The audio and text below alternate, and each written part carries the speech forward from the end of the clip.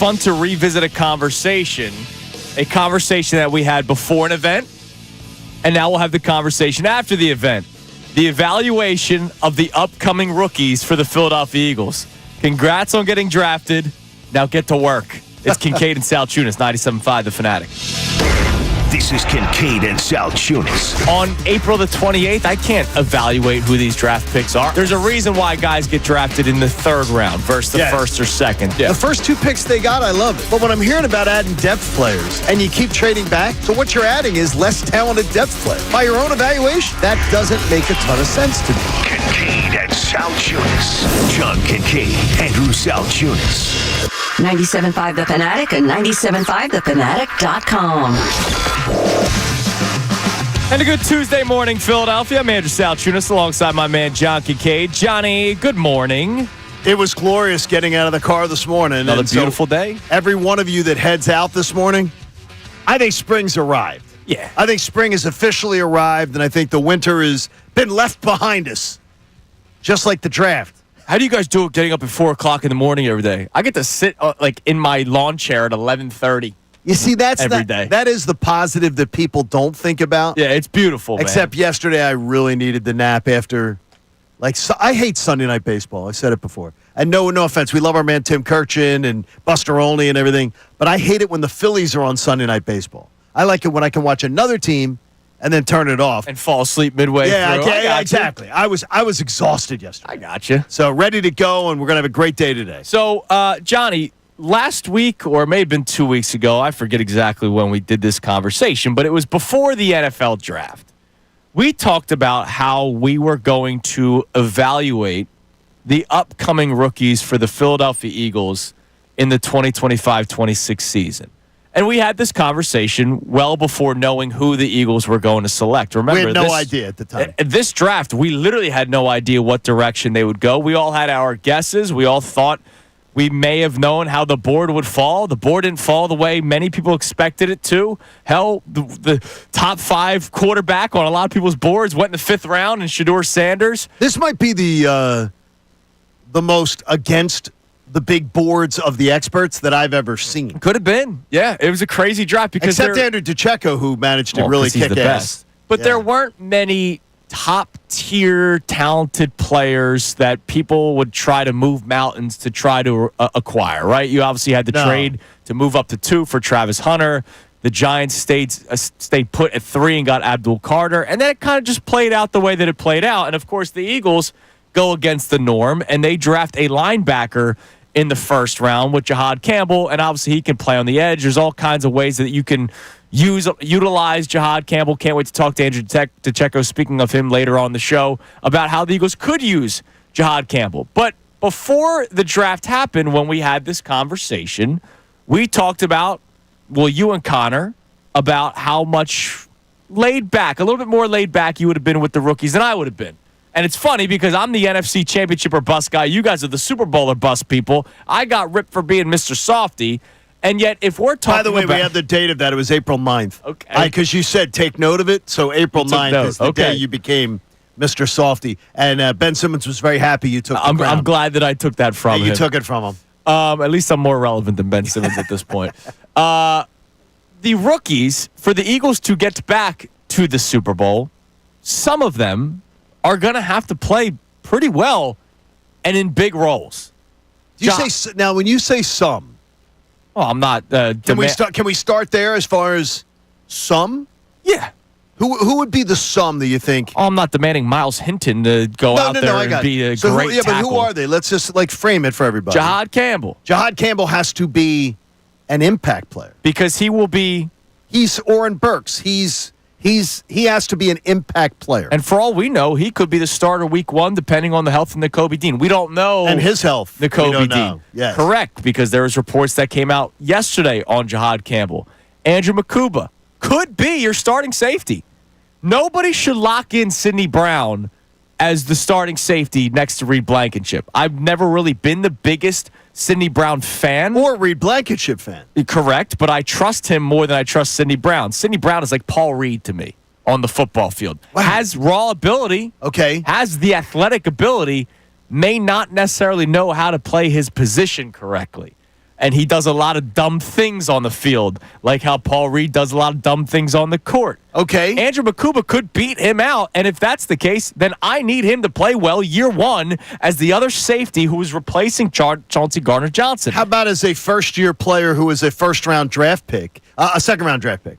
I would say you demand that he step in and be the starter, Yeah. that he beat out Sidney Brown. You invested more. You've invested more in him. I think that you've shown a lot of a belief in Makuba. Right. And I think that by drafting him where you drafted him, you also gave a little hint about you're not totally sold on Sidney Brown, much like you are. Absolutely. I think fair evaluation. Now, Very lastly, Ty Robinson. Okay. Not to the same level as Campbell and Makuba, because those guys I expect to play more than Ty Robinson in year one, but you're replacing the $100 million man in Milton Williams in some sort of capacity. I don't believe he replaces all of his snaps. Obviously, Moro Ojomo is a guy that's going to have to step up this season as well. But Ty Robinson can't just, hey, let's give him the rookie year to kind of get comfortable. Those three players, Jahad Campbell, Andrew Makuba, Ty Robinson, year one, rookie season is not about just finding their way and getting comfortable. If we're talking about getting back to the big dance, getting back to the Super Bowl, getting back to the conference championship game, those three players are going to have to make a legitimate impact when it comes to their rookie seasons. We'll talk about what that bar is coming up in the next segment, but to just say, "Oh, give them time, let them get comfortable." No, you can't do that. You can't do that this year. All right, here's what I'm going to say to you, though. So now that you've seen the faces, now that you know the names, now you know that who they got, do you feel more confident or less confident than you felt 2 weeks ago that the Eagles are ready to plug in these guys and find that level of success? I feel more confident in Andrew Makuba at safety than I do Sidney Brown. So do I. Do you feel more? I love Jahad Campbell. Love his game. The medical stuff makes me concerned that we're going to end up with a story where it's a guy they have to bring along slowly, and maybe his first year is going to end up being like almost like a medical redshirt year where he's brought along slowly, and you have to expect him to get back into the quote-unquote playing shape. Right. Here is the blurb from a story from Albert Breer. Made me nervous. I got to be honest with you, made me nervous. Quote, I'd say Howie Roseman's first-round pick this year, Alabama linebacker Jahad Campbell, is a little like 2 years ago with Jalen Carter. In both cases, there was a reason why the guy was available. With Carter, it was a checkered off-field history that Philly felt well qualified to manage. With Campbell, it's his shoulders and knees. Yes, plural on both counts. And again, this is one where Eagles are more equipped to take on the risk than others because they don't need the pick to hit. I disagree. I hate that line. By the way, I completely and by the way, Albert Breer. I love Albert Breer. So do I. So do I. He's great. Albert Breer on my CBS show back in the day before the 2017 season. I told him, give me your your like sort of dark horse candidate. Yeah. To win the Super Bowl, and he said the Philadelphia Eagles. Love that. Before that year. And so I'll always hold Albert Breer in just high regard for that call because I don't know many people who are calling for that. Right. But to me, I worry about that big time. I worry about it with both knees. I worry about the fact that I don't like the idea that Albert Breer says, yeah, they can afford it because they don't need. No, you need them. Every team in the NFL. You need picks your first 1 through 32. If you are making a selection in the first round, obviously sometimes teams trade out. You need your first round pick to hit. Maybe not for the immediate season that you're about to play in. Right. But we have seen first round picks. Danny Watkins, Jalen Reagor, you name it. We've seen the first round pick not work out and how it impacts a team negatively. It's a disaster. To say that, and I like Albert Breer a lot and I respect his opinion. To me, to say that is wild. Here's, though, as I think, is I believe Albert was saying they don't need it to hit this year. Right, this year. Now, to me, that's a fallacy because it's exactly what you said. This city is not going to be about just getting a division title next year. This city is going to be about a deep playoff run. I disagree with Albert on that completely, and I think the fan base and our listeners who text in and everything are going to disagree, too. Well, I wonder, now that we know who was selected at 610-632-0975, how tough will you be on your evaluation of those players? So coming up next, we're going to kind of go through the recent rookies of the Eagles and see the impact that they made, because we need to set a bar. And I'm telling you right now, the bar cannot be Quinyon Mitchell and Cooper DeJean, right? Because that was unfair. Exceptional play. So we'll try to figure out the bar coming up next. It's Kincade and Salciunas here on 97.5 The Fanatic. Philadelphia Union Soccer. Plays it one time and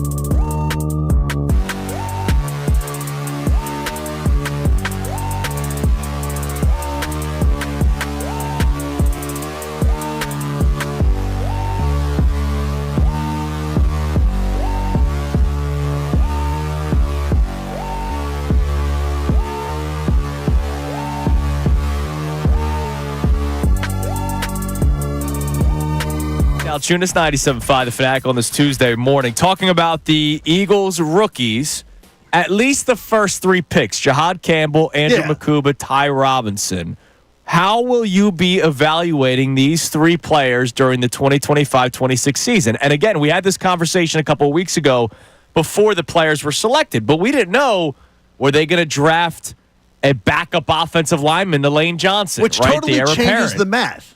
Yeah. Right? I mean, in your mind, we're being fair about this. It completely changes the math, whether you draft for need or whether you draft for depth, whether you draft for the future. There's a guy in Jahad Campbell that could legitimately be your starting linebacker, depending on the health of Nakobe Dean, if he himself is healthy. Andrew Makuba could beat out Sidney Brown. I mean, nobody should think that Sidney Brown is Brian Dawkins. And then Ty Robinson is going to have to play a bulk of the snaps because Jordan Davis is an exceptional one-trick pony, and you're trying to find a way to replace Milton Williams. Now, again, Vic Fangio is not afraid to play the best player. So if Ty Robinson is better than Moro Ojomo and everyone else, like Thomas Booker, then Ty Robinson is going to play. Vic Fangio is not afraid of playing rookies if they're better than the other certain players that are out in the field. So what we got to try to figure out now, though, John, is what the bar should be. Because, again, the bar cannot be Quinyon Mitchell and Cooper DeJean. No, but can the bar be that you can plug these players in and say they are starters that don't hurt you? Sure. They don't make a big impact, but they're not eyesores. They're not a problem. They're not the person that everybody's targeting. Sure. Because I think that would be a realistic way to look at it. And I think both of these guys have the chance to be that. And let's go through this since 2021. Devontae Smith, immediate impact his rookie season, as did Landon Dickerson, as did Milton Williams at a different level, but again, third-round pick. 2022, Jordan Davis, immediate impact for the first half of the season, then kind of fell off, hit that rookie wall. Yeah, as we know. I think what we found out with Jordan is the first 2 years. Once Thanksgiving dinner hit, it was pretty much done. Yeah, he was in trouble. Pretty much done. Cam Jurgens didn't play his rookie year. Nakobe Dean was hurt. He played a little bit, but he wasn't. He was, again, third-round pick. And if we're sticking with it, right, Milton Williams, rotational guy. Nakobe Dean, rotational guy. Right. Tyler Steen, rotational guy whenever they asked him to play. Jalix Hunt, rotational guy. Ty Robinson this year will be a rotational guy. But the first two picks, Jahad Campbell, Andrew Makuba, Quinyon Mitchell, and Cooper DeJean, huge impact. Jalen Carter, Nolan Smith, two totally different impacts because Nolan Smith didn't play much. Right. Nolan Smith was extremely situational. Extremely. And Jordan Davis played a lot. And then again, after December 1st, sort of fell off, as far as impact. But over these years, they were asked to make impacts. Yes. So I think the bar can't be as high as Quinyon Mitchell and Cooper DeJean, but I don't think it should be as low as Nolan Smith, where he didn't get enough playing time. Well, I think Nolan Smith, too, what we found out is that Nick Sirianni got called out at the press conference, if you remember, by Howie Roseman. Can't be afraid to play young guys. Yeah, got to play the young guys. And by the way, how much did that message from Howie Roseman in the offseason end up paying off last year? Because the young guys were impactful. I think Vic Fangio was a guy who Vic Fangio will play young players. Yeah, and that's a big part of it. Like I've said this numerous times, I don't blame Sean Desai, who was in over his head going, I got to rely on my vets here. I don't blame, but much like J.J. Redick in a Laker playoff game, didn't have a feel. You can't break the wheels off players either. Right. Which you got to use guys. That's what happened.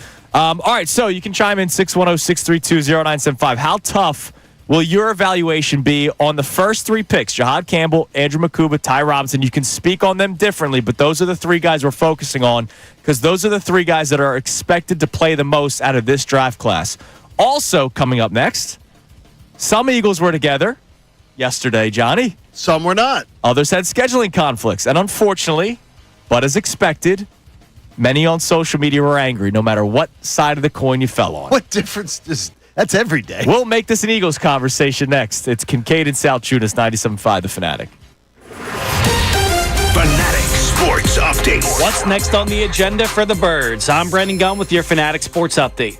With the 2025 NFL Draft all wrapped up and 10 new rookies added to the roster, all eyes now shift on getting ready for next season. Next on the agenda for the NFL is the schedule release coming up on May 14th. And next on the agenda for the Birds are OTA offseason workouts, which open up on May 27th, and then mandatory minicamp on June 10th.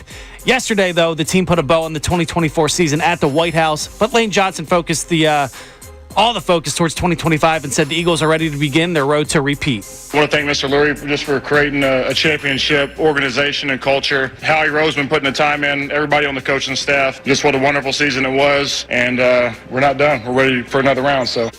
After a day off, the Phils return home for the first time since April 20th to begin a series with the Washington Nationals. Zach Wheeler is going to be on the mound tonight for the Phillies as they enter today 4.5 games back of the New York Mets, who just happen to be the best team in baseball at the moment. First pitch tonight is at 6:45. This update was brought to you by Mercedes-Benz. That feeling of owning your first Mercedes-Benz is hard to believe, but it's real. From the leather stitching to the iconic design, every element of a Mercedes-Benz lives up to its reputation. See for yourself at your local dealer. I'm Brendan Gunn on your home for the truest championship, 97.5 The Fanatic and 97.5thefanatic.com.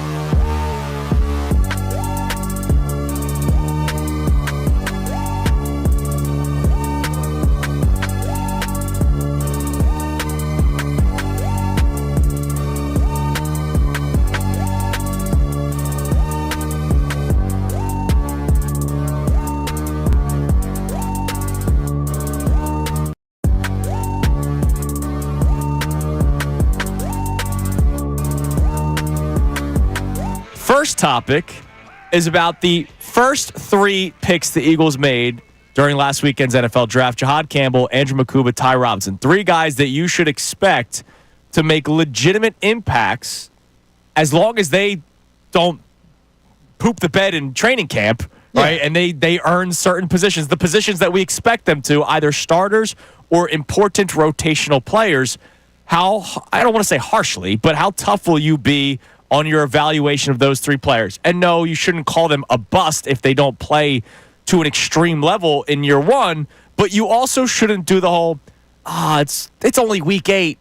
Give them time, because here's the deal. If you guys are calling me Mr. Softy for only saying NFC Championship game or bust, and all of you are saying Super Bowl or bust, right, then that means these 3 players need to make legitimate impacts for this team. That's fair. That's very, very fair. But when you have the best odds to win the Super Bowl and you have the best roster and you are the defending Super Bowl champs, anything less than getting back to the Super Bowl is a... Then those 3 guys need to play well. And they period. Do. They do. They don't need to necessarily be Cooper and Quinyon. No. Because that would be a lot to ask. And if they are, my God. That'd be wonderful. Are the Eagles the greatest drafting team in the history of the NFL? Be fantastic. You can text in 610-632-0975. Another conversation that we'll have that I'm sure will lead to plenty of conversation, Johnny. Yes. Yesterday was the White House visit for the Super Bowl champion Philadelphia Eagles. And what used to be a celebrated event, obviously, for circumstances that we all know about, no matter what your political beliefs are, no matter how you feel about one president versus another president, right, it is no longer just a celebration. Over the last 10 years, both presidents, right? This is not a Trump thing. This is not a Biden thing. This is both presidents. When a team wins the championship and is invited to the White House, it leads to conversation if a player goes, if a player doesn't go, whether it's a Democratic president or a Republican president, John. It has led to conversation that is exhausting. It's exhausting. On social media. I am blessed to have a 3-year-old son that wants me to play and be a part of his life so that I don't stare at my phone, because yesterday was one of those days. I'm blessed to be with a wife who also cares as little as I do about certain things, and I can put the phone down. But in the brief 10 minutes of scrolling through Twitter yesterday, both sides exhausted. It was incredible. Yesterday was mind-blowing. Just the level of vitriol, the level of anger in people. And their anger is both ways. Oh, yeah. So there's nobody who is missing this. But I won't stop eye-rolling at either side, because it truly is incredible how people are willing to just set aside whatever their political beliefs are. The other side's absolute morons. Yep. They're idiots. They're morons. They're hateful. They're this. I'm so tired of it because the majority of the dialogue on it is ignorant. And I don't want to hear it. And I don't care about it. And I don't care if an Eagles player goes. I don't care if an Eagles player doesn't go. Yeah. Every single person has the ability to make that decision for themselves. And if they think they're making some grand statement by going or not going, I don't give a damn, because I don't care who people vote for. I don't care. Our team in this building, whether the Eagles are a microcosm for probably every office in the Philadelphia area. There are people who vote one way, people who vote another way, people who are politically obsessed and immature, and totally immature. They can't accept anybody else's discussion on anything. You're either a horrible person or you're a great person. You're either a smart person or you're not. You're a patriot or you aren't. It drives me crazy, and it's so ignorant, and I dismiss it. I dismiss myself from those conversations. So yesterday was exhausting, and I had to literally put it down. Yeah, I had to turn it off when NFL Live was becoming, I thought I turned on MSNBC or Fox News. Right. Hearing the discussion. I don't want to hear it. I don't care. And I don't care about what any Eagle player wants to do. But in a workplace, this can sometimes cause issues. So you texted me that you were just thinking. I don't thinking know. Out loud. I'll let you speak for. Okay, thinking out loud. We saw in 2023 an Eagles team have chemistry issues. They had chemistry issues. They had chemistry issues with their coaching staff. They had chemistry issues with guys in the locker room. The Jalen and A.J. Brown thing from Seattle, when A.J. spilled the beans about them going rogue and Jalen being pissed off about it. Lane Johnson talking about the fact that people weren't communicating well in the locker room when he was on Dan Patrick's show. So this team had conflicts in 23 that kept them from getting back to a Super Bowl like the year before. Last year, everything was harmonious. I don't want anything to disrupt that this year. Not saying it's going to, but I don't want anything to.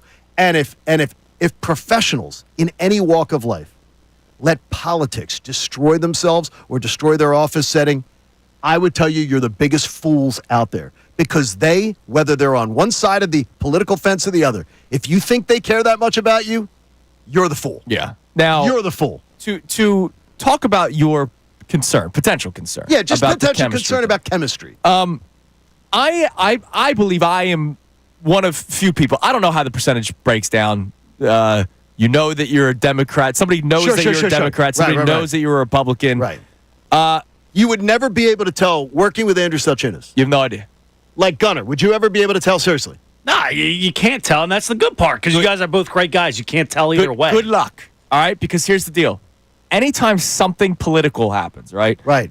I'll look at my mentions, and I'll be called a liberal soy boy C, and then the next person will call me a racist, yes, exactly. Republican, right? And it's like, I get both mentions because you don't know. And that's wonderful. You may think you know, but the next person will also think they know, and you're disagreeing with each other. I get it all the time. I worked twice in my life for a political candidate. Twice in my entire life. And literally on a young business person's panel for this person, and then actually going and like canvassing and helping a guy get elected. That was Ed Rendell. All right. And I love Mayor Rendell. Ed Rendell's great person and just wonderful guy. I don't give a damn whether I always in my life have voted people over party. Do I believe the person? I have voted both ways in political elections. Yeah, both ways, because I vote the man, the person that is running for office. Yeah, it's not absolutes. And you'll get people going, "Oh my gosh, I could tell you're a Trumper." Or I could tell you're a radical conservative. I'm like, yeah. I said, tell me you don't know me more. Just tell me you don't know what the hell you're talking about more. But that's what you get. Yesterday, that's what we got. Well, and so we got people who are just they wake up politically deranged. If anybody sees Saquon Barkley and everything he says, and just because he hung out and golfed with the president right now and thinks he's a bad person, that's insane. No, and you're anybody insane. who thinks Jalen Hurts or Devontae Smith, who didn't go, is a bad person because they didn't go. By the way, look at all the charity work they do. Right. So here's and by the way, Devontae and Jalen Hurts have already been to the White House and have already been to Donald Trump's White House. They've already been there. Right, when they were with Alabama. And they were not required to be there. There were players that didn't go at that time. So it doesn't matter. Right. More importantly, if Jalen wanted to go when he was at Alabama or Devontae, and they didn't want to go now, well, first off, what business is it of mine to like put them through an acid test of what kind of people they are by whether they decide to go or not? People are very ignorant when it comes to this, putting their values. And then but I think, though, what we're talking about Andrew, we're talking about, I really believe that there's the 15% on each side. Well, and so on each side of the scale. So the point that I'm trying to make with you guys don't know what I believe. You guys don't know. I don't know what the percentage is where you can tell, but I would imagine in an NFL locker room when you're with each other every single day and for long periods of time, I wouldn't be shocked if certain players knew what other players voted for. They absolutely know. No, they know. So that's why I'm not worried that going to the White House yesterday or not going to the White House yesterday is going to cause some rift in the locker room, because I would imagine when it was election period, which is a lot more, I don't know, rough than it is today, I would imagine that they already knew who somebody was voting for. And did that cause any sort of rift during the election year, right? Which was when it was much worse. When they won the season they won the Super Bowl. Right. I don't think somebody attending the White House or somebody not attending the White House is going to cause some sort of rift through the Jeffrey locker room. Lurie was there yesterday, and Jeffrey Lurie was very eloquent and very thankful to be there and everything like that. Jeffrey Lurie is very publicly known as someone who doesn't align with the president. Correct. But he respects the office, he respected the opportunity to come, and he was thankful for it. I respect people who have open minds, open dialogues, because when I hear someone that doesn't listen to somebody, I immediately look at them as the problem. When they can't dialogue on something, you're the problem. So, if you want to talk about the Eagles' chemistry and try to keep this to some sort of Eagles conversation, correct. We'd love to hear from you at 610-632-0975. We're not going to turn this into some sort of political conversation because that's not what we do on the show. And oh, by the way, if you are angry at one player and celebrating another player, that's your prerogative. To me, again, you're the problem. If you were angry with Saquon yesterday, I guarantee you will celebrate when he scores a touchdown. And if you were angry at Jalen Hurts, I guarantee you will celebrate when he scores a touchdown. It's Kincade and Salciunas on this Tuesday morning, 97.5 The Fanatic. We want to hear from you, so text us at 610-632-0975. You text every...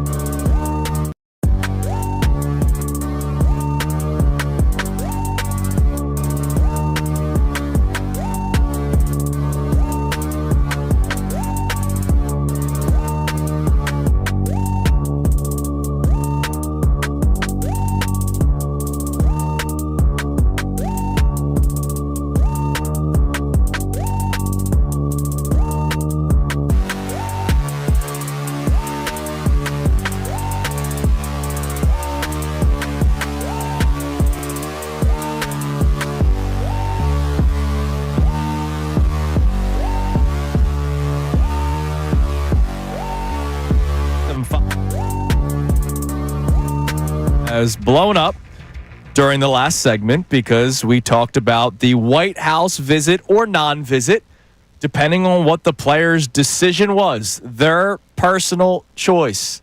And we also try to turn it into an Eagles-related question about whether or not this leads to any sort of concern about chemistry issues. I don't believe it, John, because I would imagine during the voting period, people probably had a sense of what player was voting for who and the other player was voting for. I can tell you that I had a conversation with someone around the Eagles yesterday and said if you just go by your premise, the team leadership is most definitely split.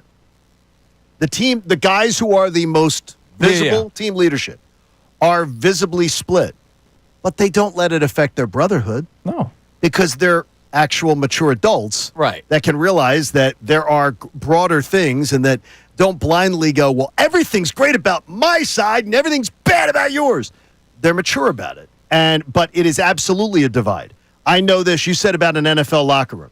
I saw it being around NFL teams during before 2016 election, before 2020, that the locker rooms in the NFL, I would think would lean a little more left. Okay.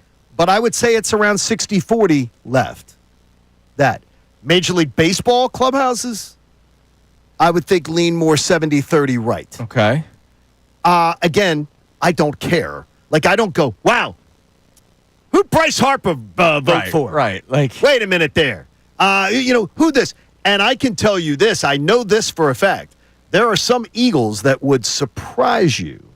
Because yesterday I was surprised when I heard some things that I was told. I was like, wow, I didn't know that. So there are some that would surprise you both ways. And it doesn't matter to me. I just don't matter. understand. I don't care. Yesterday, again, and I understand.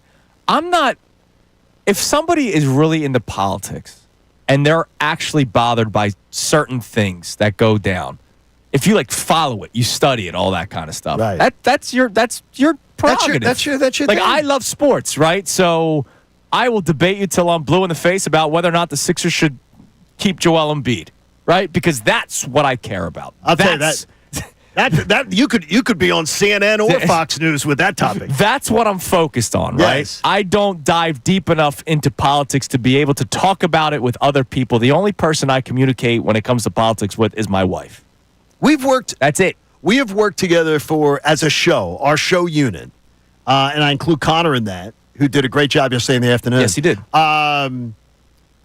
We didn't have any discussion about it leading up to the election as a show. No, other than how do we handle this? It's a big day. But we didn't talk about it. We didn't talk about it amongst ourselves. No, we didn't because it's, first of all, it is personal. Yes. And second of all, there's a matter of personal respect that I have for my coworkers, that I have for my friends. My friend group is very diverse. Yeah. My family is extremely diverse. I said it's something where I just don't feel the need to engage on it on a daily basis. And that's why when I saw on social media yesterday, and again, your prerogative, right? Yeah. I saw somebody complaining, oh my God, my Saquon Barkley jersey's coming in tomorrow. What do I do with it now?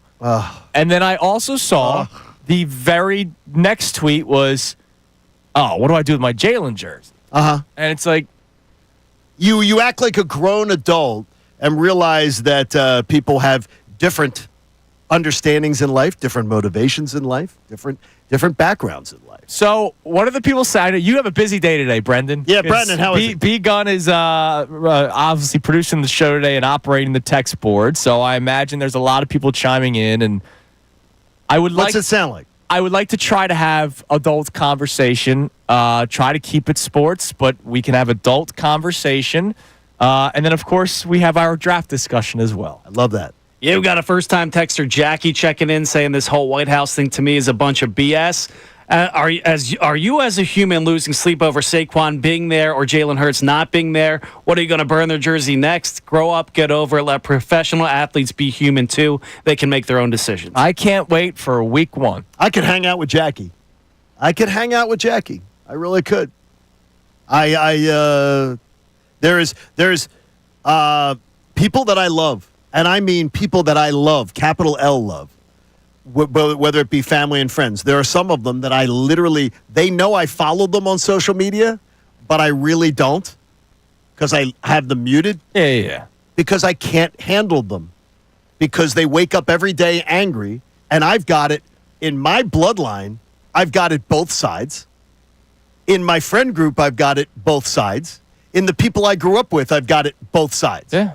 And they wake up every day angry. Yesterday, there was a thing on social media. All these people putting out stuff about the Pope.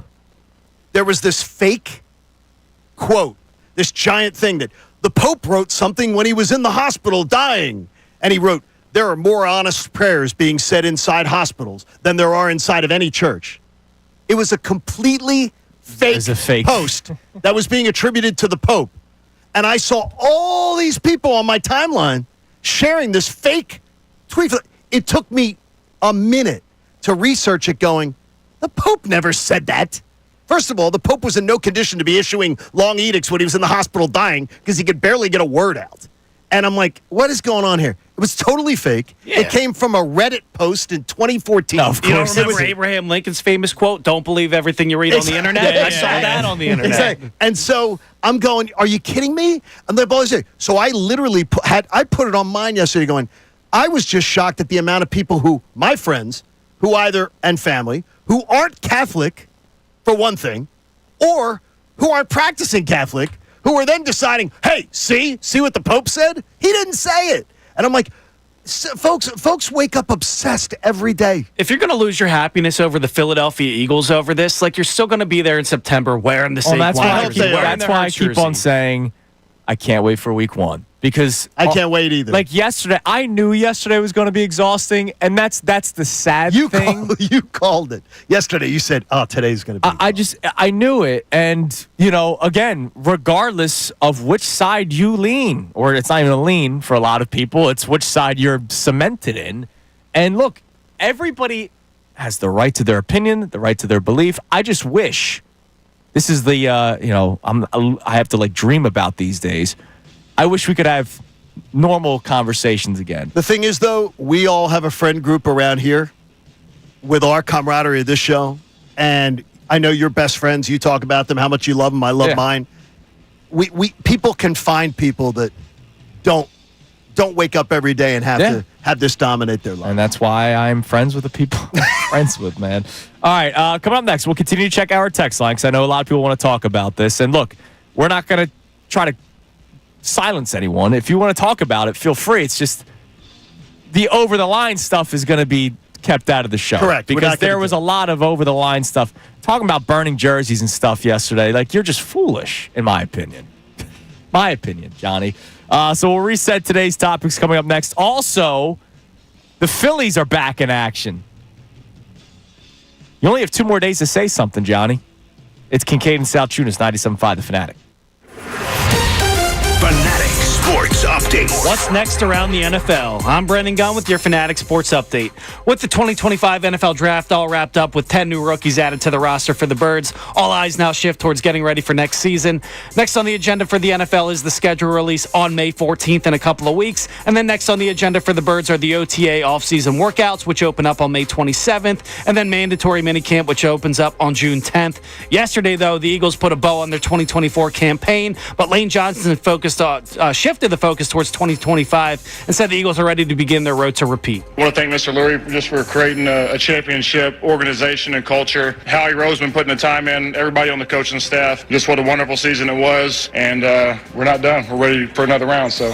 After a day off, the Phils return home for the first time since April 20th to begin a series with the Washington Nationals. Zach Wheeler is going to be on the mound tonight for the Phils as they enter today 4.5 games back of the New York Mets, who just happen to, unfortunately, be the best team in baseball at the moment. First team to 20 wins. First pitch tonight is at 6:45. This update was brought to you by Groundworks. Groundworks, your home for expert basement waterproofing and foundation repair since 1997. Book your free inspection today at groundworks.com. This update, I'm Brendan Gunn on your home for the Truist Championship, 97.5 The Fanatic and 97.5thefanatic.com.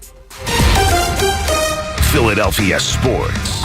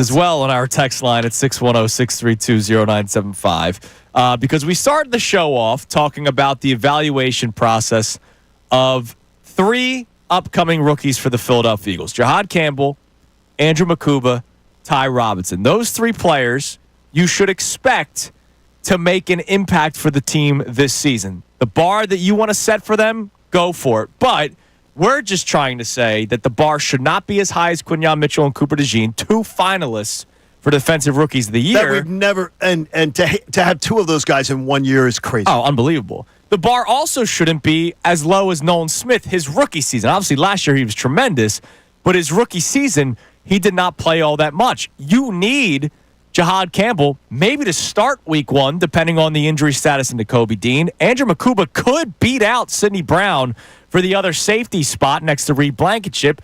And Ty Robinson is going to have to play maybe not 48% of the snaps, which is what Mill Williams did last year, but you might need to split that between him and Thomas Booker and Moro Ojomo, and he's going to have to play well. And there's no excuses next to Jalen Carter. You're playing one-on-one battles. Unless you're going up against the best center or best guard in the NFL, you're going one-on-one, man.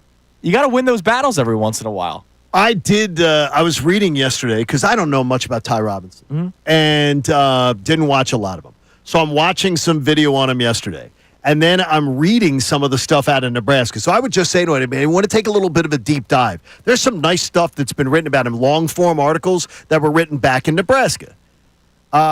His conditioning is something that the Eagles had to love. Yeah. Because he is a guy that is reportedly in superior conditioning. And it is something that has haunted Jordan Davis a bit and been a bit of a problem for him. And so, you get into that mix there. You want somebody who's going to be able to take a lot of snaps. His endurance, his motor, everything like that, celebrated. So that's a good sign for somebody. One-on-one battles, look, a rookie's going to take their lumps sometimes. Absolutely.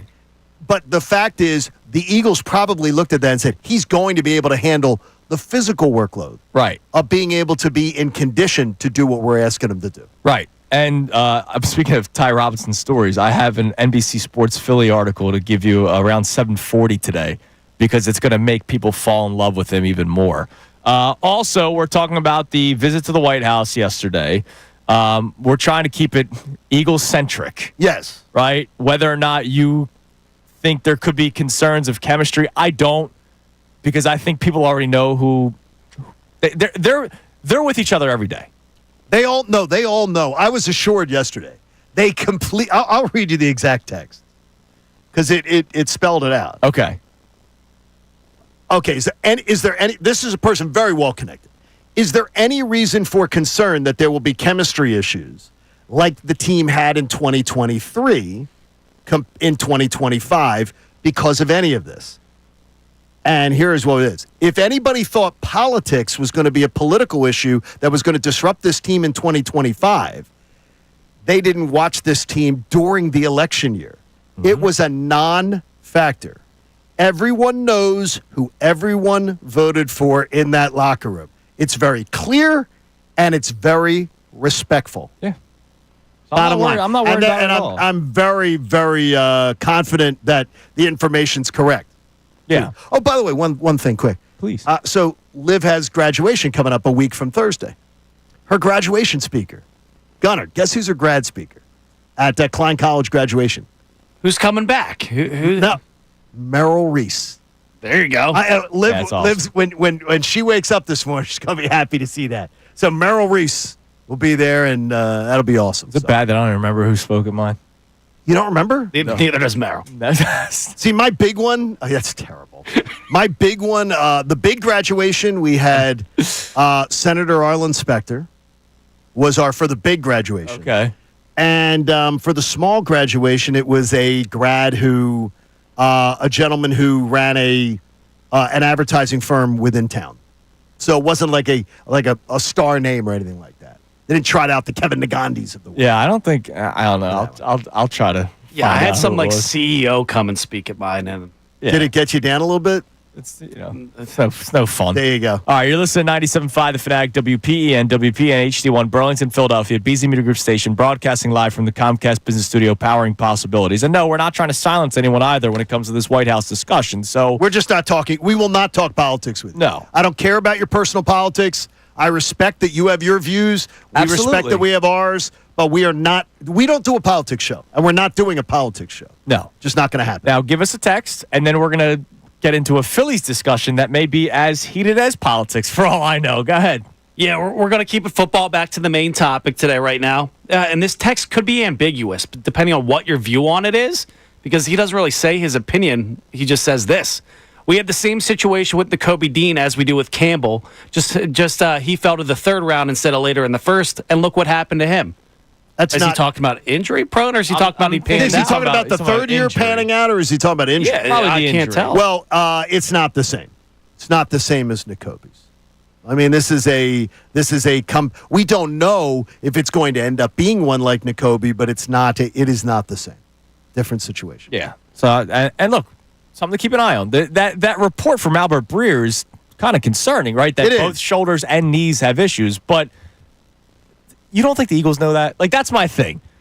These teams, the way they study everything from on-field tape to off-field issues to health to everything. It all comes into it. Mental health, right? Like, Yes. and that's Jay Glazer, for the first time ever, he's heard people trying to evaluate whether or not the player they're going to draft actually loves football or not. There were on draft day on Friday night.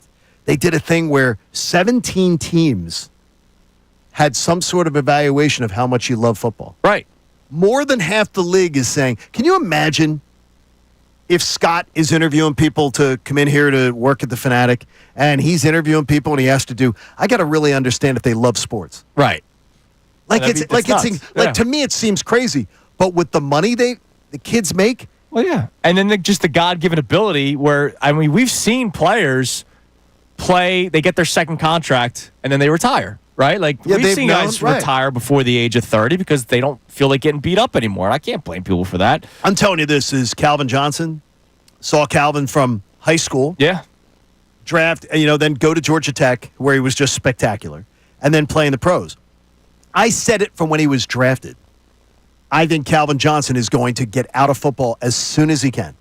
As soon as he has the number that and he did. And he did. And, some of the health reasons. Yep. But Calvin had things he wanted to do in life that he said, there's other things I want to do in life. Yeah.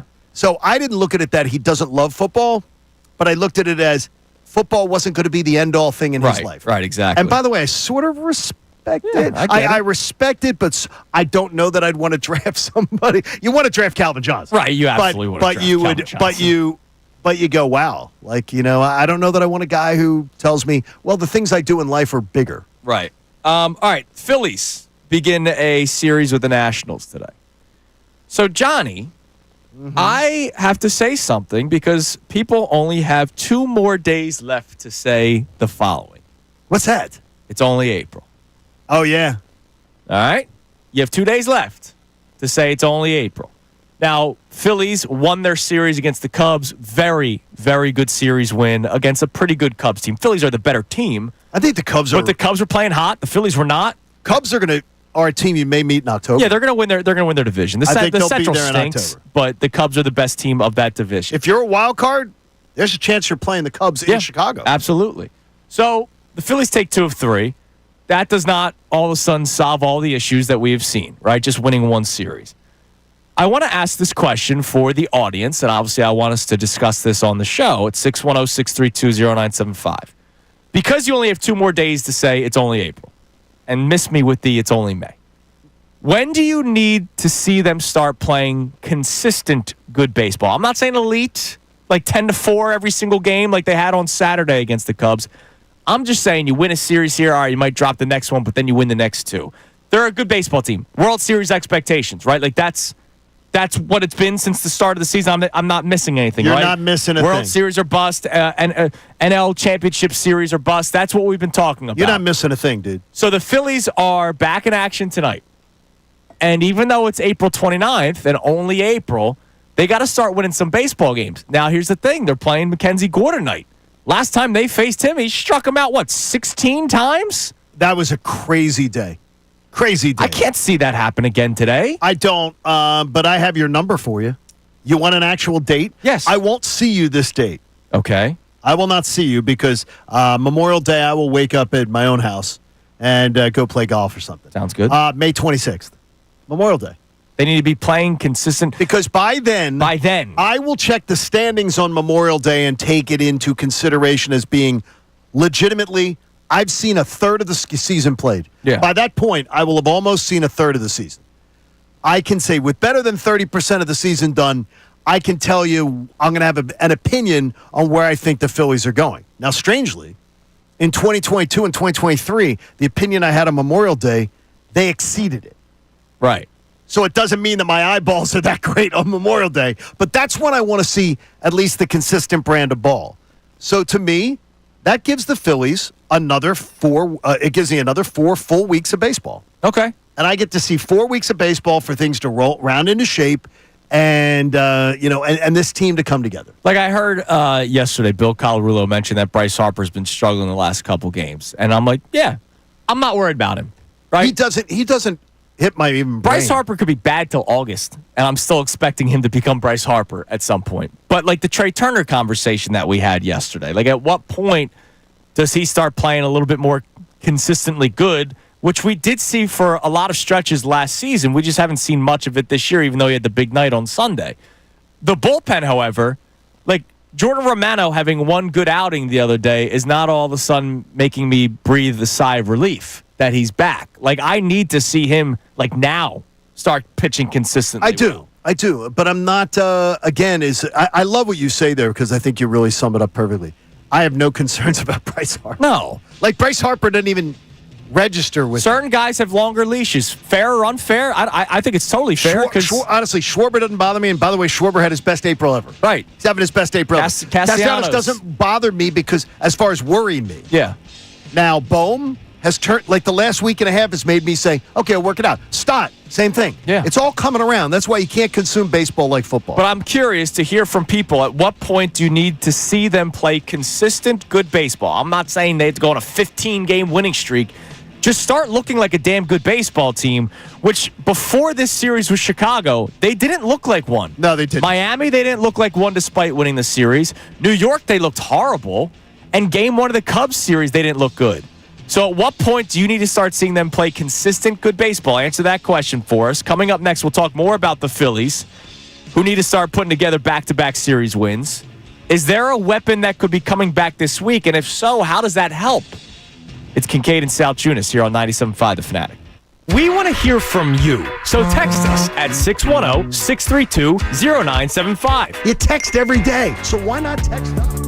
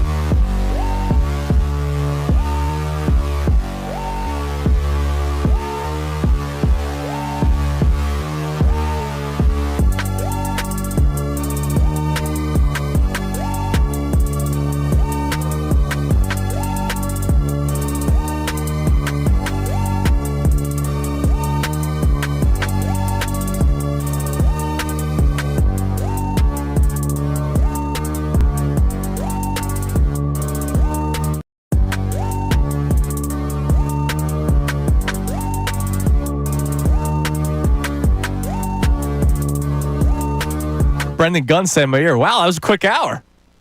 Brendan Gunn didn't even realize it was 7:12 there, Johnny. Well, he doesn't pay attention a lot in life. No, he does. But he's getting there. Does a great job. We are glad to have him. It is 7:12 here on Kincade and Salciunas. Don't forget, it is a Tuesday, which means Jeff McClain joins us at 8:25. First time we'll speak to him following the NFL draft. Amy Fadul will join us for the entire 9 o'clock hour.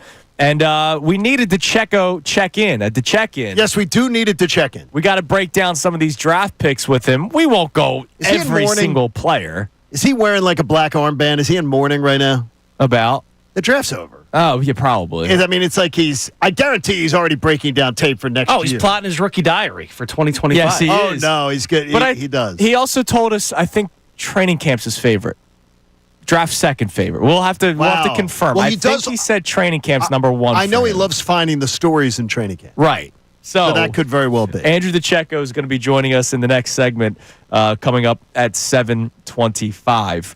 But real quick, before we get back to our text on the Eagles, the White House visit, and the Phillies discussion, it looks like Ranger Suarez is going to be coming back this week. They still have yet to make an official announcement. And also, if you look at the probable pitchers for the Phillies, Zach Wheeler is still the only one listed for today.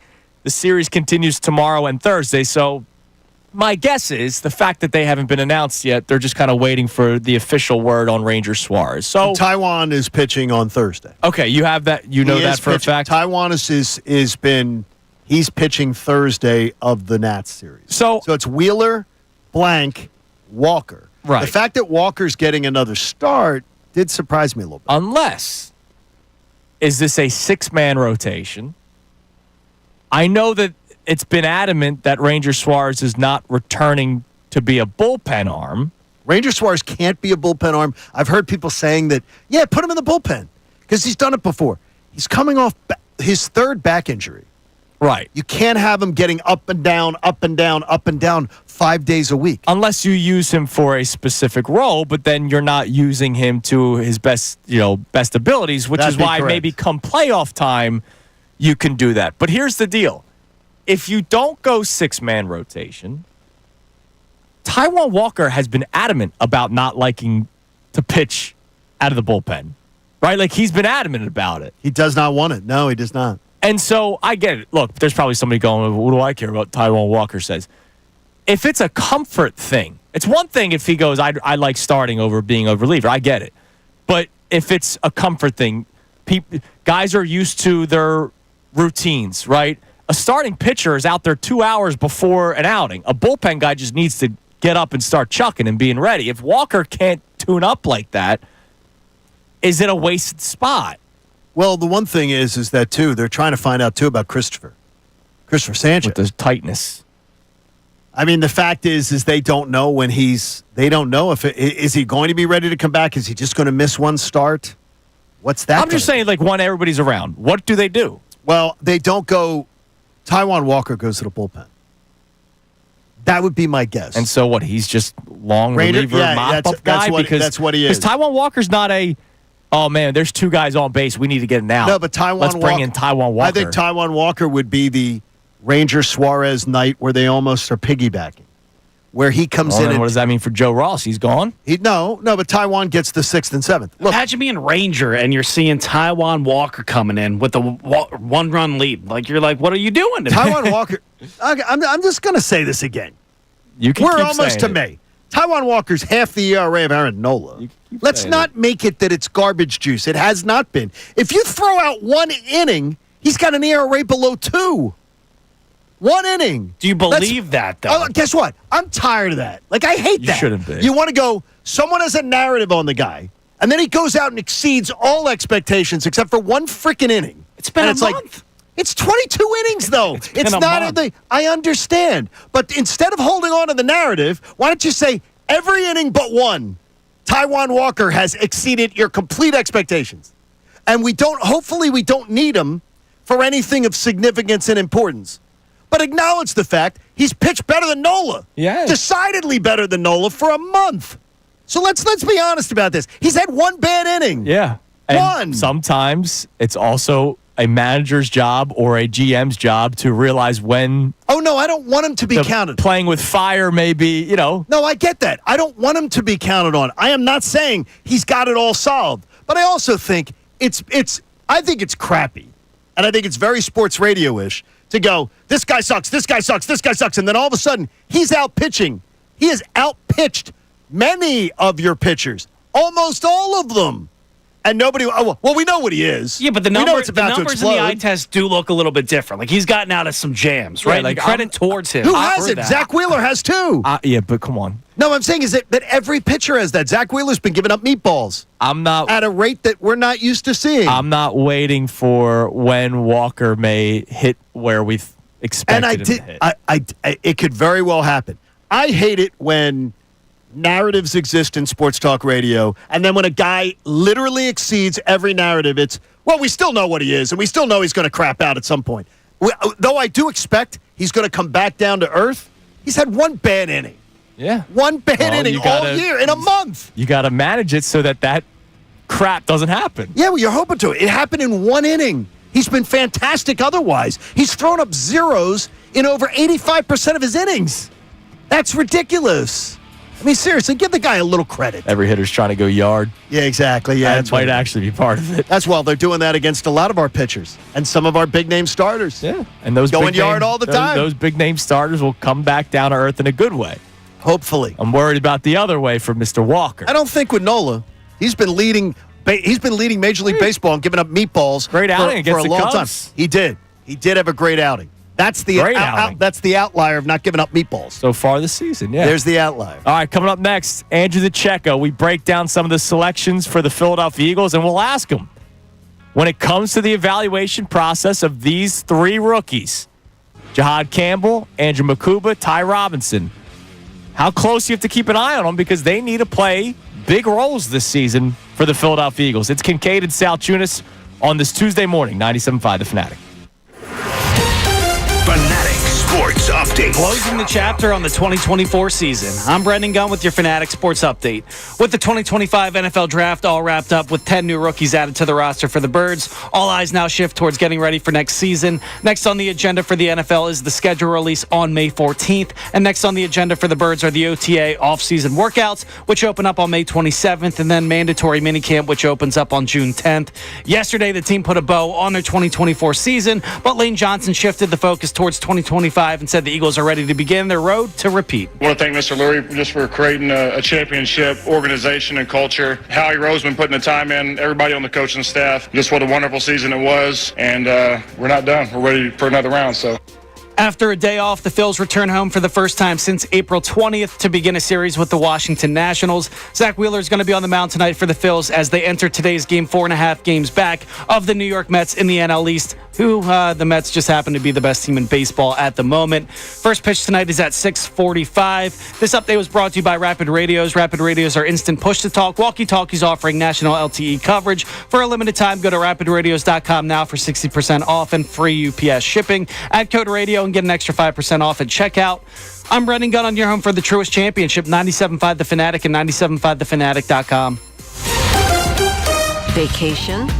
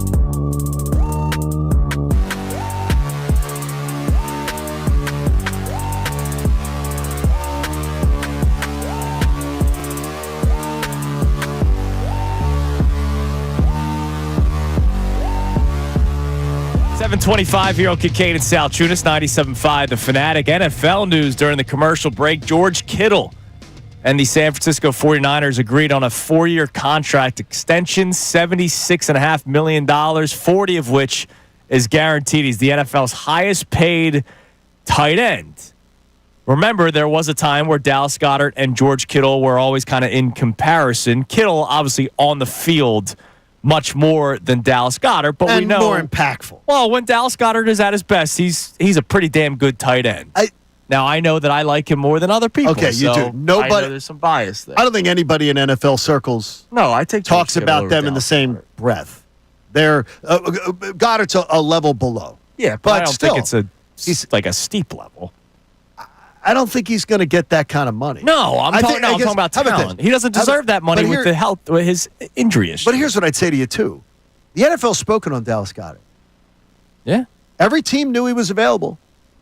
Every team knew they could trade for him and make a move for him if they want to pay him. Well, let's talk about it with our next guest, who's joining us on the Comcast Business Hotline. Every day in business is a big day. Let Comcast Business help you move forward with what's next. He did a great job all weekend long with his draft coverage. Didn't matter what player was selected, what round, what pick. He did a great job. He had a breakdown for them on Thursday, on Friday, and on Saturday. And I heard him yesterday with Connor and Ricky as well. That, of course, our man Andrew DeCecco. Andrew, good morning. Well, I appreciate that. Good morning, guys. How are you? We're doing great. So Very great. We're going to break down the draft with you and the players that were selected by the Eagles, but let's start off with what we were just talking about there. George Kittle gets the extension from the 49ers. Obviously, Dallas Goedert cannot get that amount of years and that amount of money with his injury history, but the Eagles did not end up selecting a tight end in the NFL draft, a position we all thought they would target. What do you make of the tight end situation for the Philadelphia Eagles, and have the chances of Dallas Goedert's return increased, in your opinion? Yeah, well, to me, Andrew, one of the biggest winners to come out of that draft wasn't even a player who was drafted. It was Dallas Goedert. And the reason why I say that is because there's obviously not a lot of tight ends on the Eagles roster right now behind him that are going to challenge him for a starting spot or that have starting capabilities, in my opinion. So the closer we get towards OTAs and even training camp, it becomes more and more likely that they're going to try and find a way to work it out with Dallas Goedert. And really, they should try to find a way if they're able to meet halfway, because we've talked about it. Dallas Goedert means so much to that offense. Obviously, he's used drastically different than a George Kittle, but when his number's called, he's highly effective, and Jalen Hurts has a lot of trust in him, and he's the Eagles' best blocking tight end. So maybe for one more year, you're able to make it work, because he does make that offense all the more dynamic. Why do you believe it's gotten to this point? Because I've heard some whispers that it's what Goddard's camp potentially doesn't want, because reportedly the Eagles have already discussed an offer with him, made an offer at one point, and it was, I guess, either rebuffed or it never got serious. Yeah, I have to think, John, it has a lot to do with his availability. He just turned 30 years old, and he doesn't have that same production as you were just talking about as some of the upper echelon tight ends in the NFL. But sometimes numbers can be deceiving, and that's why I don't necessarily take stats always into consideration, because when you look at him on the field, he makes an impact. Every time he's on the field, he makes an impact.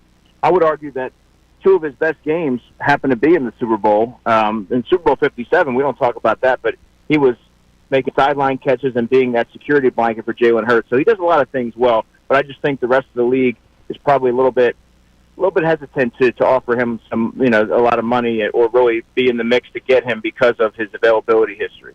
Let's focus on the first three players the Eagles selected with this question. Of course, Jahad Campbell, Andrew Makuba, and Ty Robinson. If you remember, I believe you were in studio for this conversation last week or 2 weeks ago. We discussed how we would evaluate some of the rookies in this upcoming season, because you all have these Super Bowl or bust expectations. Now that we know the players and we know the positions, one could be competing for a starting linebacking spot, one could be competing for a starting safety spot, and the other is going to be competing for a percentage of snaps to replace what they lost out of Milton Williams. How will you evaluate those three players? Because ultimately, they are going to have to make an impact if we're talking about getting back to the Super Bowl. Yeah, well, just based purely on that, Andrew, I think that Howie Roseman knocked this one out of the park, and I viewed all of those players highly.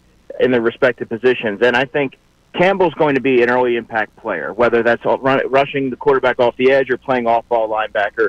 He's a player who has a multifaceted skill set, and the Eagles are going to use him as such. That has Vic Fangio's name or seal of approval stamped all over it. Makuba was my favorite pick of the Eagles for draft weekend because when I watch him, his ability to take the football away, but it's his ability to kind of play that mental game with quarterbacks. He's highly intelligent. He's good at manipulating quarterbacks, and he's versatile. So if you look at the history of Vic Fangio and his safeties, he tends to look for those smaller type of players that have that versatility. So I think that he's really going to – I do believe that he will be a starter. And then Ty Robinson's another good player that can fit into the rotation. He's a little bit undersized at 288 pounds, but he's going to work in that rotation with Jordan Davis and Moro Ojimo. So I think that based purely on those three players, you have to be really excited with what the Eagles did because they're all going to help, in my opinion, immediately. When you talked about the fact that it's like, it plays right into what Vic Fangio wants to do you see it more as a Vic Fangio pick or a Howie Roseman pick, going after a impact linebacker that can also be an edge? Oh, I view that as a Vic Fangio pick, John, because I have to believe that was part of the agreement when Vic Fangio, came on board with the Philadelphia Eagles. I know what I'm looking for. I've run my system for a long period of time.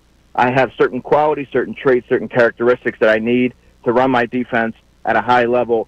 And if you look at some of the players that they've brought in and some of the foundational pieces there, they all seem to sort of jive with what Vic Fangio has historically looked for his defenses. And that Makuba pick in particular, I mean, that seems like that has his stamp of approval because that's an underwhelming player for some because he's undersized, but we've talked a lot about him, you, me, and Andrew, on the program. I just saw him as a tailor-made player for that defense because he's so versatile and highly intelligent. Last year for Inside the Birds, you did the rookie diary and you followed Will Shipley closely throughout the season. You had 7 other players that the Eagles selected outside of Campbell, Makuba, and Robinson. I'm not asking who the rookie diary will be, but which player are you most intrigued by to sort of follow their rookie season and see how they grow into NFL players? It's a great question, Andrew. I would say Samel Mondon, the linebacker from Georgia, who was my linebacker 4 during the whole pre-draft process. This is a player who started for 3 years at Georgia, so that's nothing to kind of cast aside. That's an achievement. But he does have a lot of athleticism. He wasn't above playing on special teams. He has a blue-collar approach to him, and I like his toughness and leadership, which it kind of reminds me a little bit of Nakobe Dean. So I'm curious to see how quickly he's able to immerse himself in the defense and maybe be a factor as a rotational player and certainly a special teams maven. That might be the rookie diary candidate this year. You guys heard it first. But I would also say that Drew Kendall, the offensive lineman, the center/guard, is a really interesting selection because I liked him during the process. I reported that Jeff Stoutland had a Zoom meeting with him back in March, so there was some interest there. But the Eagles didn't have a backup center last year. They had to move Landon Dickerson from left guard to center mid-game whenever Cam Jurgens was nicked up. And now Drew Kendall gives you that guard versatility as well. So he has some athleticism, and I really am curious to see how Jeff Stoutland molds him. Is there anything that happened in the 3 days of the draft that fascinated you because you were like, wow, that was a bit of a curveball that I didn't expect them to do? Just not really, John. I would say probably trading down for one. And when they traded down in the 4th round, to me, it was because in my opinion, it was because there's an offensive tackle there from Iowa State who they really liked, who they hosted on a 30 visit, and he got taken by the Colts. Then they sort of dropped down. But as a whole, not really. They did kind of what I expected on day 3, take those flyers. They added a couple of intriguing offensive tackles, one of which Cameron Williams has a lot of athleticism, but he's really raw, and that is the quintessential Jeff Stoutland project. So he's going to be enrolled in Stoutland University. I'm curious to see if they're able to kind of find a diamond in the rough there. But no, nothing out of the ordinary. I thought that the Eagles did a really solid job on draft weekend. Just kind of tie a bow on the Dallas Goedert conversation for now, because we're obviously still waiting to see what happens. If he's not back, what do you believe is the backup plan for the Philadelphia Eagles? Because I think the original plan was drafting a tight end, and that clearly didn't happen. Yeah, so let's just operate under the assumption that he's not back in this scenario. Then, I mean, I don't view Harrison Bryant or Kylan Granson as starting tight ends, nor do I view Grant Calcaterra as a tight end who can start the full slate of games. So by that logic, the trade market would be the most practical to try and upgrade that position in the interim, and that would be Michael Mayer, perhaps from the Raiders. If you look at what the Bears did, adding Colston Loveland in the draft at pick number 10, maybe a guy like a Cole Kmet, unless they're going to suddenly run a whole lot of 12 personnel, which is 2 tight ends. Maybe he might be available, or Luke Musgrave, because the Green Bay Packers have 2 tight ends, and Tyler Kraft as well, or Taylor Kraft. So, yeah, I mean, they might have to explore the trade market. All right, not to put you on the spot, last question. Jordan Davis, by tomorrow, will they or won't they exercise the 5th-year option? I'm going to say no. I'm sorry to put you on the spot like that, but you're going to say no. I also am going to say no. Yeah, that's where I'm leaning. Quote me. I don't like to do percentages. No, I got you. I'm going to say no. All right. Andrew, listen, man, you're doing a great job as always. We appreciate it as always. We'll be bugging you again later on down the week, and just keep up the great work, man. Thanks a lot, guys. I appreciate it. Have a great day. There is our Andrew DeCecco here on the Comcast Business Hotline. He's in his sort of dive, getting some of that energy off. Yeah, he's finally breathing. Yeah, I do not. Yeah, I wanted to hear his answer, but I felt the same way. I have a feeling that it would already have been done. Yeah, I understand. They get ahead of that kind of stuff. They absolutely do. So that means it's a put up or shut up year. Yep. So. All right, coming up next, we'll check our text messages on any of our topics today. But also, if you want to get to know Ty Robinson a bit more, I read an article this morning that made me love the kid already. It's Kincade Salciunas here on 97.5 The Fanatic. We want to hear from you. So text us at 610-632-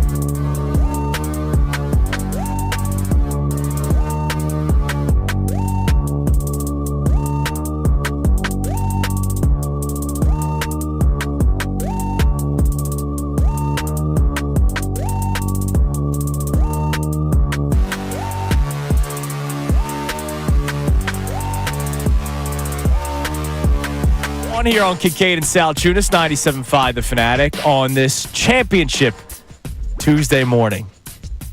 We'll check our text line here That still makes me momentarily. smile. Yeah. But what is this year on Kincade and Salciunas? What was it yesterday? Road to the repeat, man. The road to the repeat. Yep. Again, seriously, I want Matt Menard on that like right now. I'm surprised it's not been done The already. road to the repeat. Come on, I man. want to see it. Oh, man. That's excellent. And we go through the chapters, and the most Exactly. recent chapter was the draft. NFL draft. So speaking of the NFL draft, their fourth-round pick, Ty Robinson, who I like that selection a lot, just based off of the research that I have been doing. I'm not going to lie to you and say, yeah, I watched the Cornhuskers every single week last year. No, I didn't do that because part of me still feels a certain type of way about Matt Rule. Sure, I understand that. But Yeah, we I know still how do. good of a coach Matt Rule was with the Temple Owls, and I know that the single-digit number is an important thing in a Matt Rule program, and Ty Robinson was one of those single-digit players. So I saw this article from Dave Zangaro, and they spoke with Terrence Knighton, who is the defensive line coach at Nebraska and used to play in the NFL as a defensive lineman. All right, so this guy knows what it's like in the NFL. Okay. And he's a coach, and he obviously coached Ty Robinson at Nebraska. Apparently, Ty Robinson is like a wonderful human being. He is. That's what I'm saying. You go and read some of the stuff on him. Yeah, like He's great person. A positive energy. One of the coaches around the program called him a positive energy cyclone. Yeah. Like he pulls people into his energy. Love that. Now, I also love that he can turn that off game time. That he can be a nasty mofo. This is Terrence Knighton, the defensive line coach in Nebraska, who used to also play in the NFL. Don't take his kindness for weakness. Off the field, he's a really nice guy. You'd let him date your daughter, but when he crosses those white lines, he turns into a maniac. He knows how to flip the switch. I'll say this. If I'm in a dark alley and I get into a fight, I'm taking Ty Robinson. I love that. And, there's just... I love hearing that. He talked about how DeMarcus Ware was just like that. Now he's not calling him DeMarcus Ware because DeMarcus Ware, is a Hall of Famer. But he says, great guy off the field, but on the field was a complete psycho. Ty probably has a little bit more edge. He's a badass. He's going to fit in with those guys. They're going to love him in that room. I love that I can have a nice guy turn into a psycho on the field. And no, I'm not calling him number 20. But that's exactly who Brian Dawkins was. Nice guy. And then when he walked through the tunnel, I don't want to say demented because obviously he's very religious. So I'm not trying to be disrespectful to Brian Dawkins, but you know what I'm talking about. Yeah, I remember last year at his golf tournament. Brian, you have conversation with Brian and you just go, where's the maniac you saw on the field? Because he honestly is one of the sweetest individuals you'll ever meet. Yeah. Where I always am like, I'm the same way. I'm the same way at 5 a.m. as I am at 8 a.m. as I am at 11 a.m. Correct, yeah. And I never can turn it off. I am exactly who I am. He has a switch. Yeah. I admire people who have switches. I don't have a switch. He has a switch, and it's frightening. What Brian Dawkins was frightening. Oh, my God, yeah. And I think the fact that Brian Dawkins is such soul. I think the fact that Brian Dawkins is such a sweetheart of a person makes it even more scary. The way he was on a field, because I'm like, where do you channel that? And more importantly, how do you cage it up? Yeah. How do you cage that within you and then just unleash it on people? Was that Takeo Spikes who told that story? Yeah. Like, I'm going to take his soul. Takeo. Like that's if somebody said that to me, I'd probably pee my pants. By the way, have you sat with Takeo ever? I mean, yes, at one of Dawkins' golf outings. He's an Atlanta guy, so Takeo we'd see Takeo around and all this kind of stuff. Another one. Yeah. I'd go, where'd you come from? Because you don't strike me as the player you were on the field at all. Built like a brick house. Oh, yes. Yeah. But like just such a sweet individual. And I'm like, okay, something's wrong here. I don't understand that people who have that in them. They can tap in. I don't get that. So I admire it in people. So when I read that story this morning, I was like, oh, we're going to love this kid if he can turn into some psychopath on the field. That's great. Well, the thing, I pulled it up. He's a positive energy cyclone. You cannot help but feel his energy when he walks in a room and he holds teammates accountable, but in a positive fashion. He can give you a kick in the ass without it feeling like a kick in the ass. Yeah. Love that. That's fantastic. That's fantastic. Like, he's not the Harry Hard-on trying to, humiliate you if you can't lift as much or can't do as much. To me, I admire that. I admire. Yeah, exactly. It's all right. What do we have on the text line, Brendan? Yeah, we got Stick in Clearwater checking in. Saying, What's up, Stick? Oh, Stick. Saying today's a first. I've never disagreed with Andrew DeCecco on anything, but today I have to disagree with him and agree with Howie. Safety was definitely a bigger need than cornerback in the draft. I disagree. I think corner was bigger. And we might find it out in week 1, week 2, week 3. I think it was bigger. But maybe they don't agree with you. Maybe they thought maybe they do like Keely Ringo. Or, sure. The thing is, though, is that would have to be based on just practice. Because every opportunity that the Philadelphia Eagles have had and Vic Fangio has had to put Keely Ringo in the line of fire to this point, they have literally passed on. The only game where he played significant snaps, I believe, was the Dallas game. I mean, they literally said, we will put anybody out there but Keely and put him in the line of fire. And to me, so you're placing a lot of faith in that. What I believe happened is maybe the value was there to go with the safety, not the corner. They didn't see the value. Right, remember, the value would have been early. Remember that Sumer Sports had it 25-45. And when we moved out of 45, like when we were beyond 45 on Friday night, I'm going, okay, well, they're not going corner. They're going to, because I think I admire the evaluation that they do. By the way, they also have Eli Ricks, who fell in love with yesterday. Don't give it away. You may hear this in headlines. Eli Ricks fell in love yesterday. You're going to hear it in ladies and headlines. gentlemen. Don't say that comes your way at around 8:15. Totally off the chain. He fell in love yesterday. Yeah, it's funny. Speaking of that, we'll check more text messages on the White House visit yesterday. I'm sure they're very reasonable and rational. I'm sure. Well, Brendan Gunn's sifting through the ones that are not reasonable. There's some rational. Harry Potter novels in there about which way I should believe in this and that. From both sides. Yes, From I guarantee from you. both sides. Yes. And that's the shame of it. People will lecture you on how smart they are about every issue. Just give them the chance. Yeah. Coming up next, we'll check our text line some more on today's topics at 610-632-0975. Also, I have to rip something. It's becoming like an annual rip, but it Hopefully has to not happen. ass.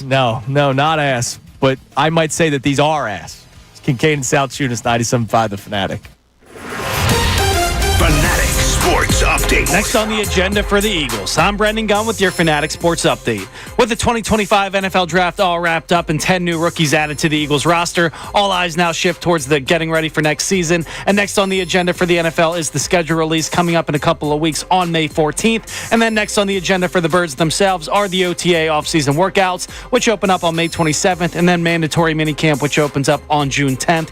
Yesterday, though, the team put a bow on the 2024 season, but Lane Johnson shifted the focus towards 2025 and said the Eagles are ready to begin their road to repeat. I want to thank Mr. Lurie just for creating a championship organization and culture. Howie Roseman putting the time in, everybody on the coaching staff. Just what a wonderful season it was, and we're not done. We're ready for another round. So.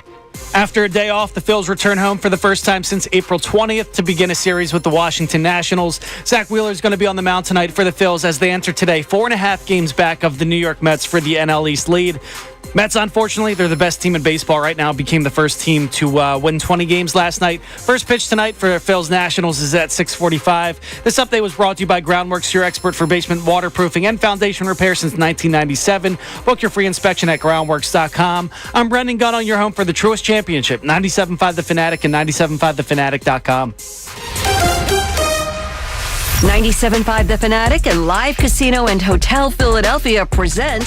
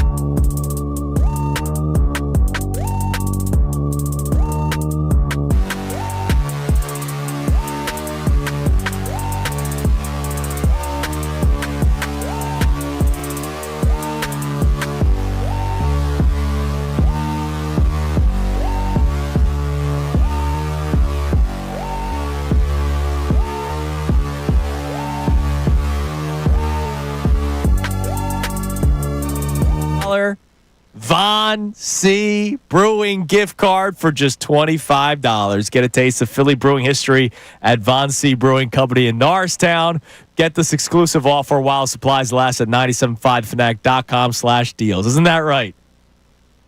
Von C. Brewing, great stuff. Absolutely. Great stuff. German John. I would tell you really live everything from Von C. Check that out. 975fanac.com/deals. Again, Just read the ad. Your next chance to win $1,000 comes your way in 5 minutes. All right. Give us a couple text messages on any of our topics. And then after the keyword, I got to rip something that I know that you will.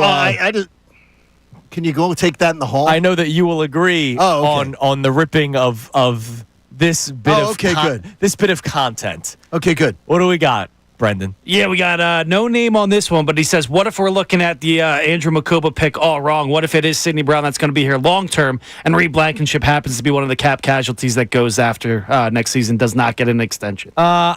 You know what? I don't think that would be the case because of, the Leadership Council is a pretty big deal, and you've already got guys like Darius Slay saying that he's going to take his spot.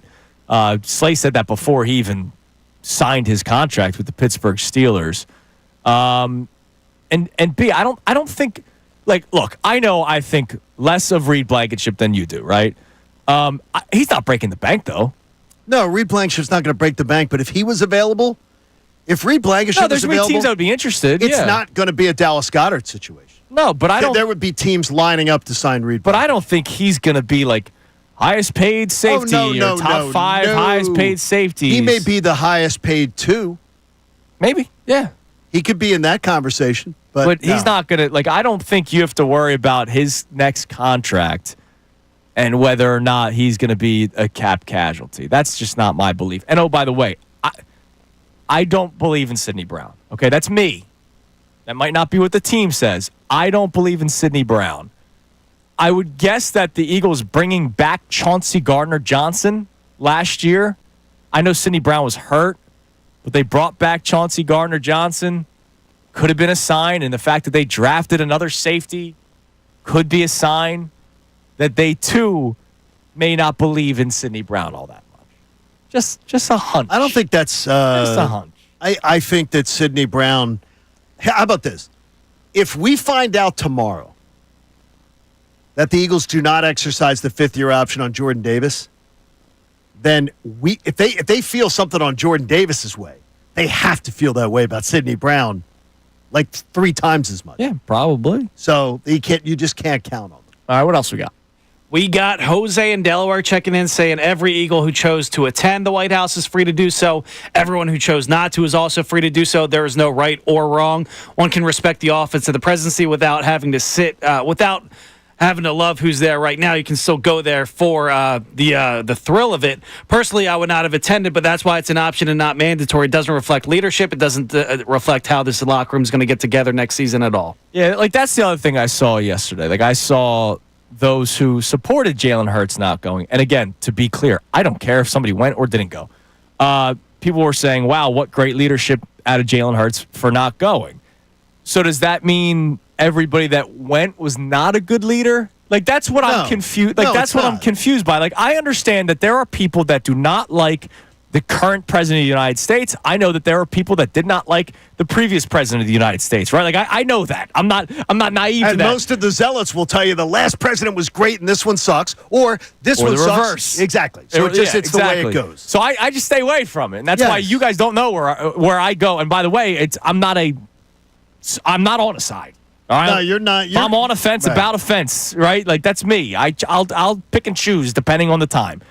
So people would be upset regardless of what year, because you're going to go see the president that other people didn't vote for. But why is it that somebody not going, for some people, if people don't like President Trump, right? Jalen Hurts not going makes him a leader. For the people that do like President Trump, Jalen Hurts not going makes him a bad leader. And, like, it's unfortunate that is where we are at, where if you go, you're a bad person. If you don't go, you're a bad person, depending on what you believe in. And by the way, Nick Saban, completely optional for a player if they wanted to go to the White House last time during the Trump presidency. Nick Saban is a guy that believes everybody has their own if they want to attend or not. Jalen, Devontae, they went. So, I mean, they've already been to the White House before. But you know what? Maybe their political views have changed. Which it could have been. And guess what? That's a total possibility. And more importantly, they're entitled. Yes. They're entitled to do that.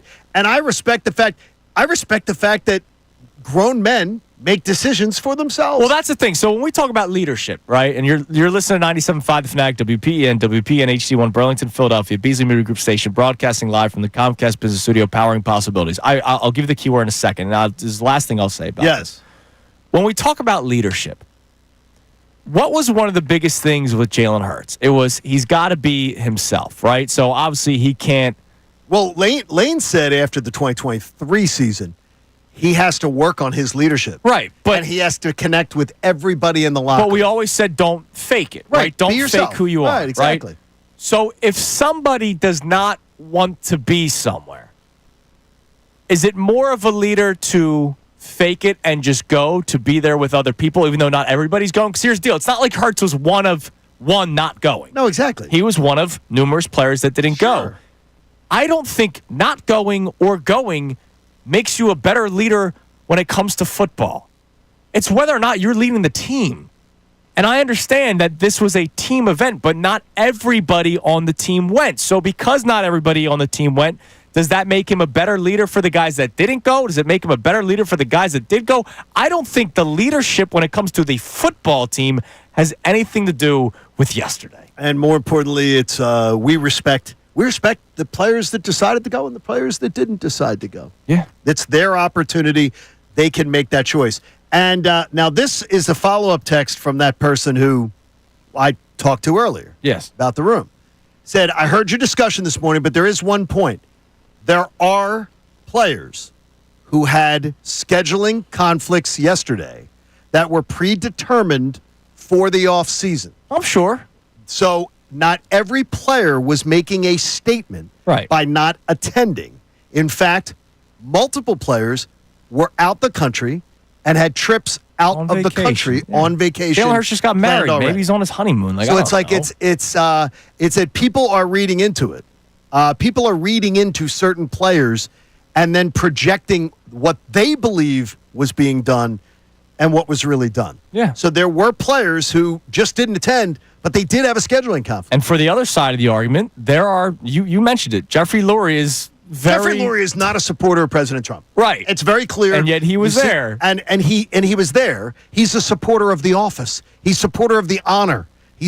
But he is not a supporter of. He has been a strong supporter of the Democrat Party for a long time, and it's very public. Right. Yeah, and the whole thing about and I don't look at Jeffrey Lurie differently, or positively, negatively, because that's what he does. Is he a great owner of the Eagles? Yes. Yes. And guess what? Does he keep putting out a gold standard franchise? Hell yeah. And guess what? He's still going to extend the contracts of Jalen Hurts. He's still going to extend the contracts of Saquon Barkley. Yes. And guess what? We're not going to have a remember the Titans situation where Jordan Mailata and Lane Johnson are letting the guy go free off the edge and killing Jalen Hurts. Right. No, they're going to go out there and win football games. There's still a brotherhood in that locker room. Like, none of this is going to change that. It is one follow-up thing is there's no more vocal, no bigger leader in that locker room than Lane Johnson.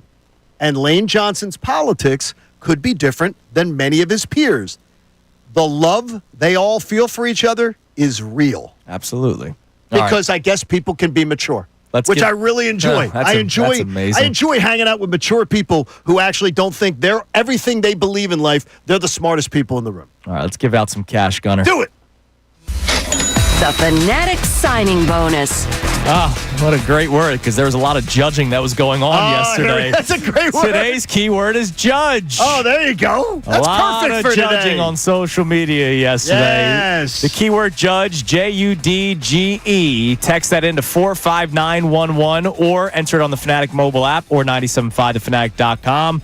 One random entry will win $1,000 in this company-wide contest. Each winner will get a call from Beasley, so be sure to answer your phone.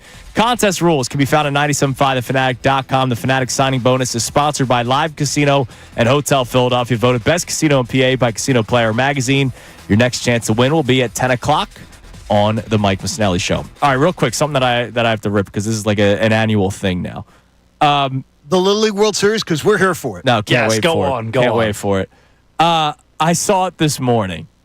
I forget even which website it was, ESPN, Fox, NBC. I think it might have actually been NBC Sports Philadelphia, which you know how much I respect NBC Sports Philadelphia. Yeah, you got to love it.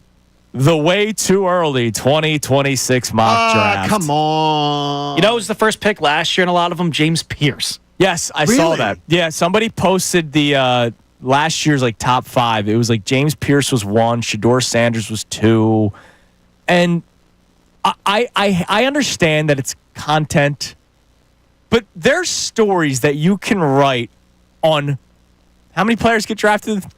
200 something, yeah, right? 200 something. 256, There's something like that. 200 plus stories that you can write about the players that were just selected and the teams that they are now a part of. Because today's topic, right, was a topic that we did 2 weeks ago before we knew the players that were selected. Now we know the players and the positions they were selected at, right? We now know that there is competition for Nakobe Dean and Sidney Brown and for the bulk of the percentage of snaps lost by Milton Williams between Ty Robinson and Thomas Booker and Moro Ojomo, right? So now we can have this conversation yet again.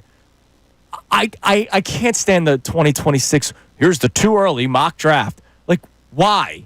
You know nothing about how this season's going to play out for any Yeah, team. the same exact order it just was. The standings are going to finish the same, right? Like, you know nothing about how the team's going It's to play like the out. win-loss game. You know It's nothing the about a same guy that stupidity. might have a season-ending injury that might all of a sudden next year he's not a part of the team.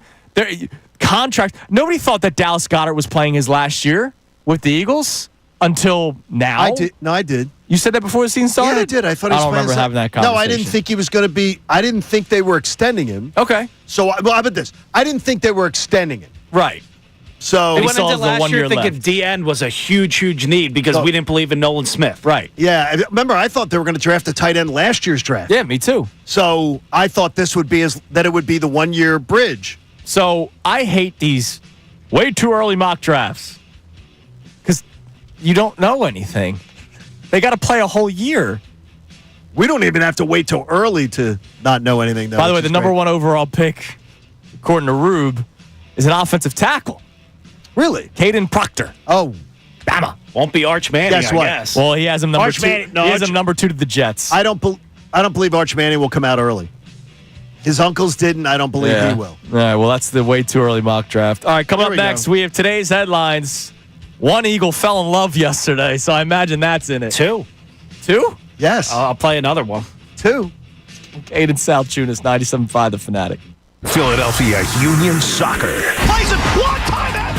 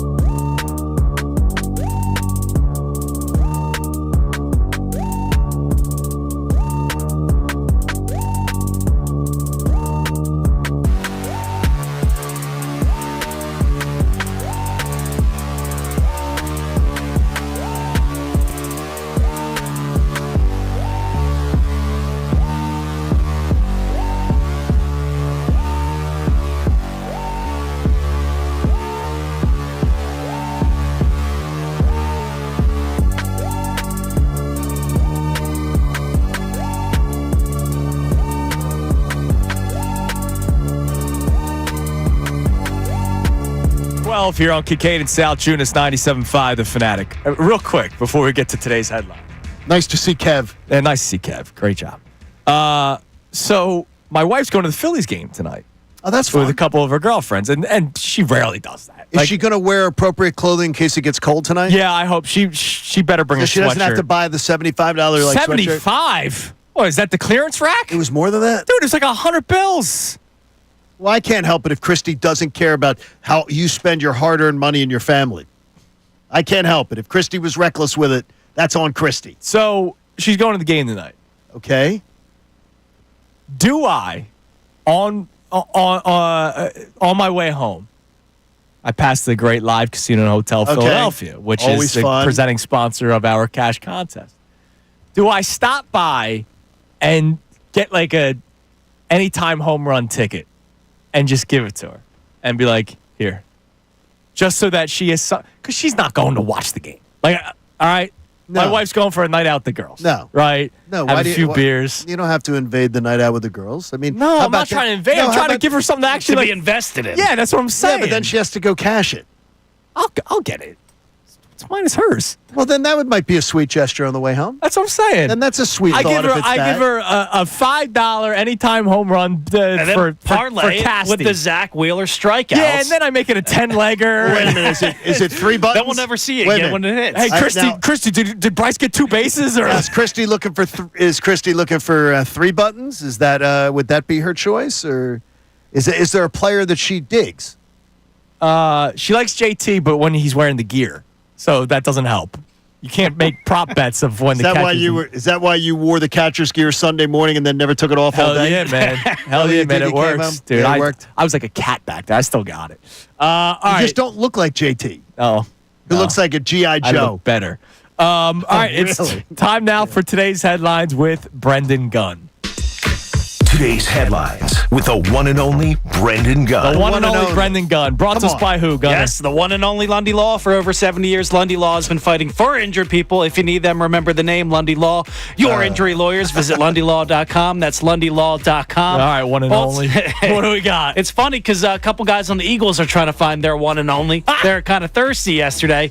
We'll start off with the new rookie. He appeared on Kay Adams' podcast. And See, I missed this. Who is this? you You didn't see this? No. Jihad Campbell. Yes. Throws a shot at Kay Adams. Give me 5 celebrities you'd go to space with for like 11 minutes.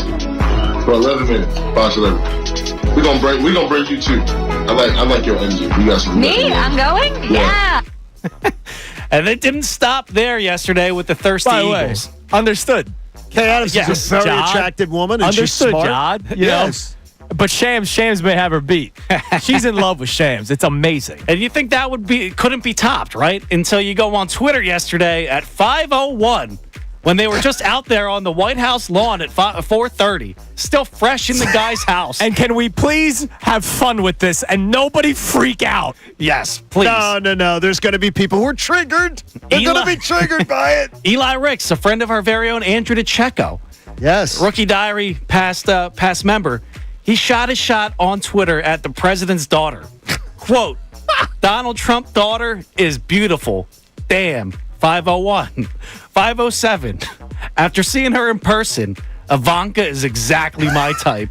He's still in the damn house. Now he's on at this time, they were having the reception on the lawn. Yeah, he's So, live. like, he's there, like, dude, he's we're- live tweeting. He's live tweeting from that Did they point. make it up to the Lincoln bedroom? This is worse than that vapid girl, like, oh, Joe Burrow's behind me at a wedding that they asked everybody to be polite with. It's worse than that. He's Wait live- a minute, he's she's live looking tweeting. thirsty for Ivanka. So, all right. So, which one do you respect more? I mean, Jihad shot a shot. Like, Yes. not in person. It was over Zoom. But my man's in. He's there. He's behind the gates. It could happen. That's the new soap opera on CBS. Oh, is that what it's Beyond the Gates. That's Oh, Beyond the Gates. I would say that I respect more what was done. I think what I respect more would be Jihad.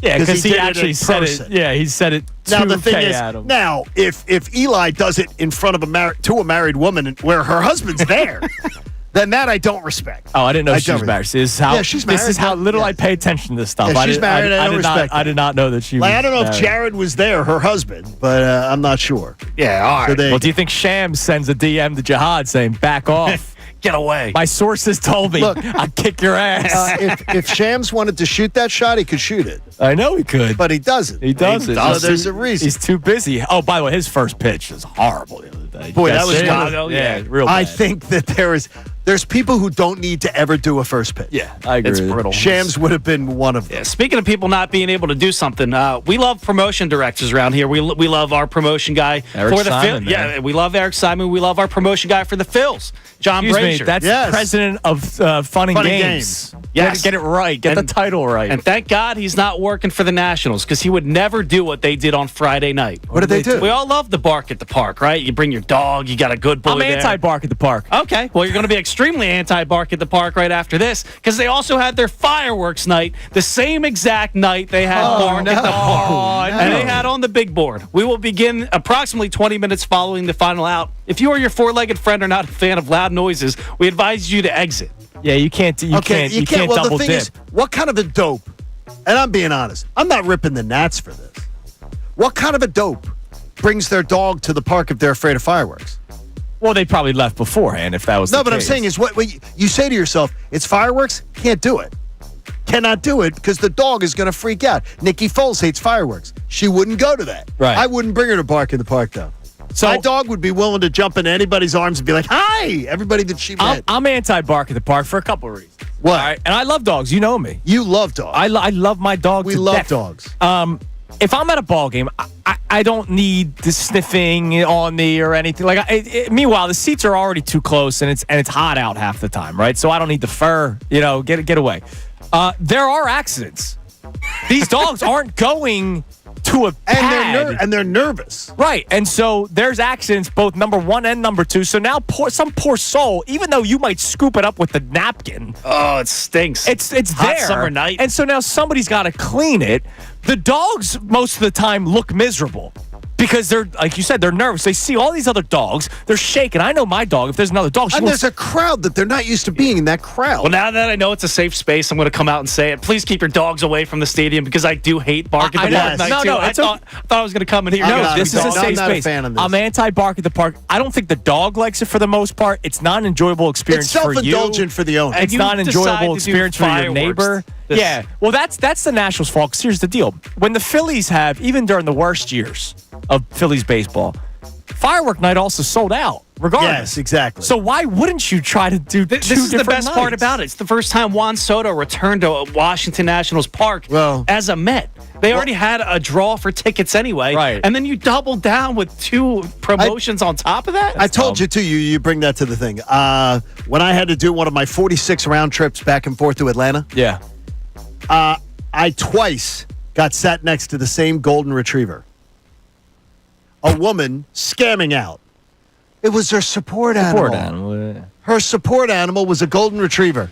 And the golden retriever put its head in my lap for the entire flight. I love dogs, thankfully. Yeah. And this dog and I became friends. But if you weren't a dog But if I lover, wasn't a dog lover, I'd be saying, "What the hell are you doing?" Yeah. And if you can't get on that plane without the golden retriever, and she was perfectly fine. Yeah. If you can't do that, she didn't want to put the dog underneath.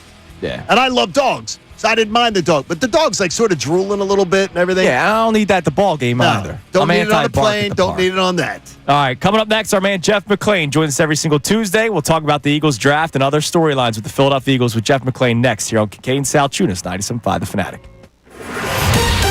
Fanatic Sports Update. What's next for the Birds? I'm Brendan Gunn with your Fanatic Sports Update. With the 2025 NFL Draft all wrapped up and 10 new rookies added to the Eagles roster, all eyes now shift towards getting ready for next season. Next on the agenda for the NFL as a whole is the schedule release on May 14th. And next on the agenda for the Birds are OTA offseason workouts, which open up May 27th, and then mandatory minicamp, which opens up on June 10th. Yesterday, though, the team put a bow on the 2024 season at the White House, but Lane Johnson shifted the focus towards 2025 and said the Eagles are ready to begin their road to repeat. I want to thank Mr. Lurie just for creating a championship organization and culture. Howie Roseman putting the time in, everybody on the coaching staff. Just what a wonderful season it was, and we're not done. We're ready for another round. So. After a day off, the Phils return home for the first time since April 20th, Easter Day, to begin a series with the Washington Nationals. Zach Wheeler is going to be on the mound tonight for the Phils. The Phils enter tonight's game 4.5 games back of the New York Mets in the NL East, who, unfortunately, the Mets are the best team in baseball at the moment. They became the first team to 20 wins last night. First pitch tonight for Washington Nationals Phillies is at 6:45. This update was brought to you by Mercedes-Benz. That feeling of owning your first Mercedes-Benz is hard to believe, but it's real. From the leather stitching to the iconic design, every element of a Mercedes lives up to its reputation. See for yourself at your local dealer. I'm Brendan Gunn on the home of the truest championship, 97.5 The Fanatic and 97.5thefanatic.com. Philadelphia Sports.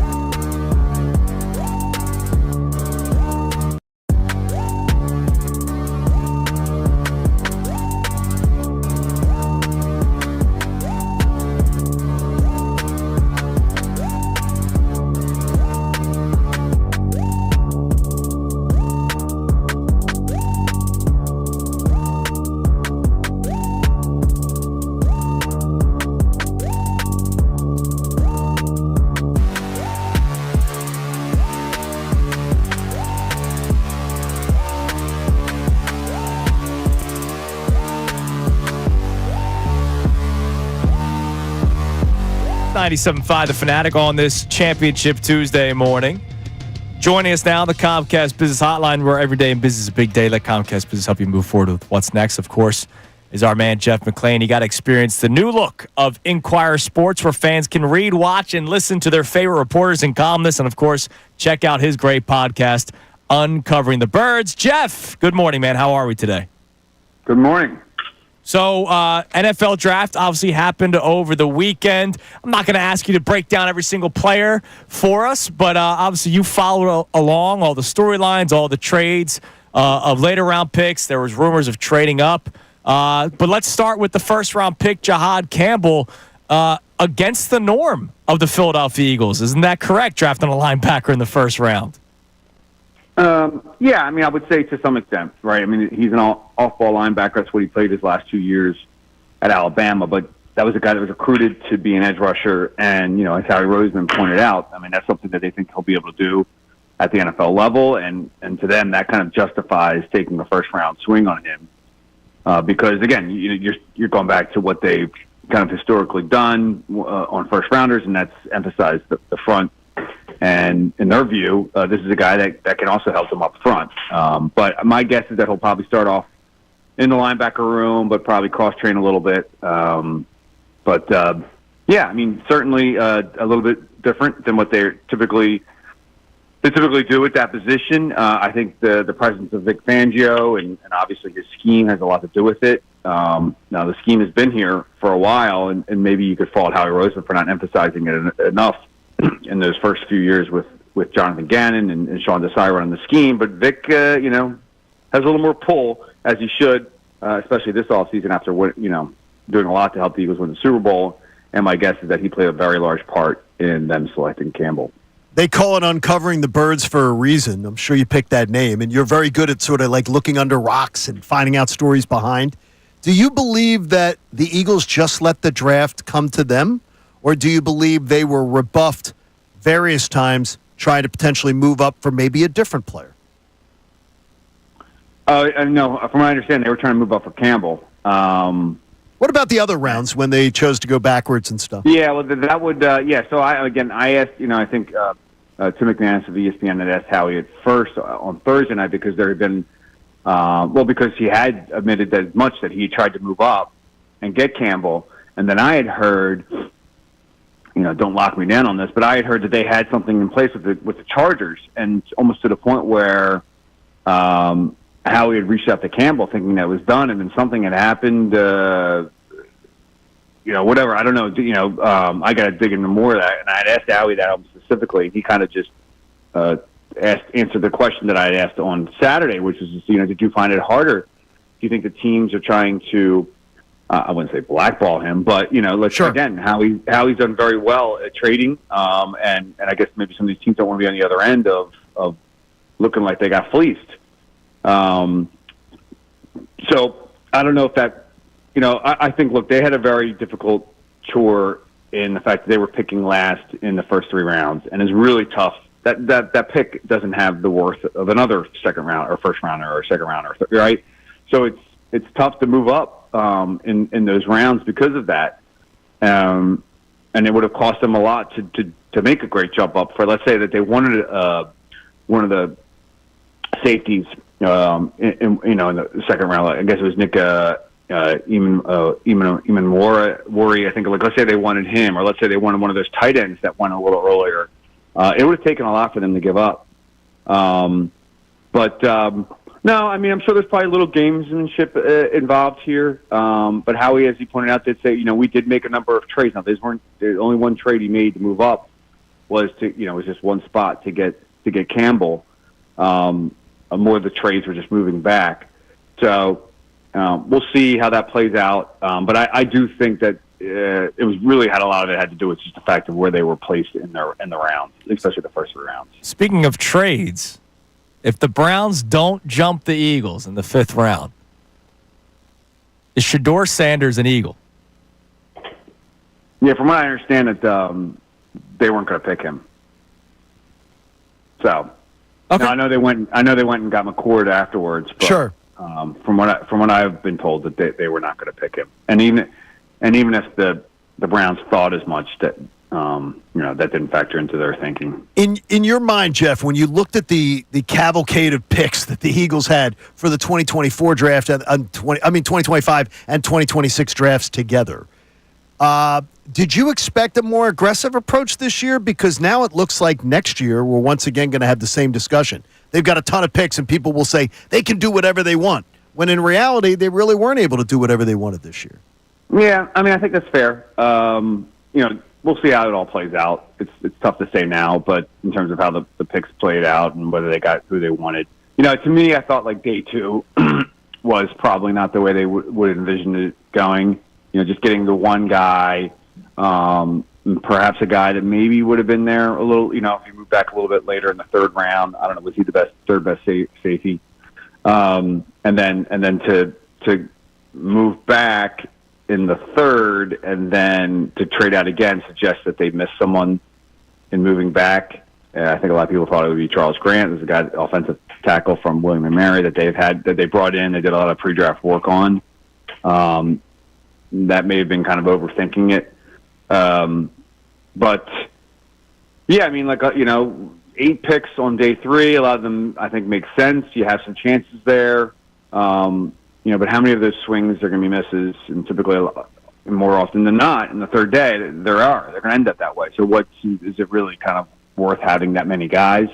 That being said, they have to think about replacing some of these expensive contracts, that not only that they didn't bring guys back, but that at some point, you're going to need to fix to balance the books and the salary cap. So you need guys that aren't going to cost you an arm and a leg, right, to pan out. And that also includes the undrafted free agents. The Eagles love getting guys, at least 1 or 2 of those guys a year onto the roster because they have them at, a cheap price for 3 years or maybe even more, if you find a way to extend them. But I think it's all fair, when looking at, the number of picks that they have. I didn't think they'd come out with 10. I didn't think that they would come out without a skill position offensive player. I really thought that they'd get a tight end at some point. Well, off of that, what's the latest when it comes to Dallas Goedert? I mean, I think we've been talking about this every week when you come on, the future of Dallas Goedert, and I think we all just kind of anticipate that they draft a tight end and that would be their guy. That doesn't happen. So what's the latest in your reporting? Well, I never quite thought that they'd draft it unless they took a guy, unless they tried to get Colson Loveland or Tyler Warren. I never thought they were going to draft a guy and say, hey, you're our star. You can't really do that. I thought they would get somebody just to kind of, someone that they would think that we can, give a chance and they'll see what he pans out to be and someone that we can develop. And they didn't end up doing that. We've talked a lot about this for months now and I've kind of teetered on like 50-50 whether he's back or not. And I'd say, gun to head, probably not coming back. I think the last time we spoke about it, and I guess I'd say now probably in the light of the fact that they didn't draft the tight end and they didn't move, Dallas during the draft, is I'd say, okay, probably back. But I still don't think that's anywhere close to certain.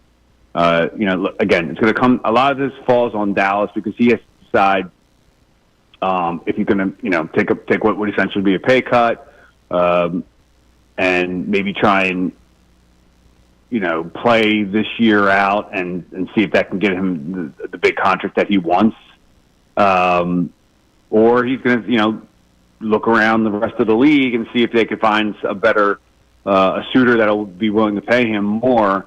And, I wonder if that team is really out there. And because with the draft, both teams kind of lose a little leverage. The Eagles lose a little leverage now because they didn't draft anybody, and Dallas loses a little leverage because the teams that maybe needed a tight end went out and got one, right? Right. I'd say there's a handful of teams, especially the first 2 guys certainly, but there were 3 tight ends that went in the 2nd round that you could say, okay, these guys legitimately could be starters for us in the future. Why are we going to go get Dallas Goedert and pay him this exorbitant amount of money?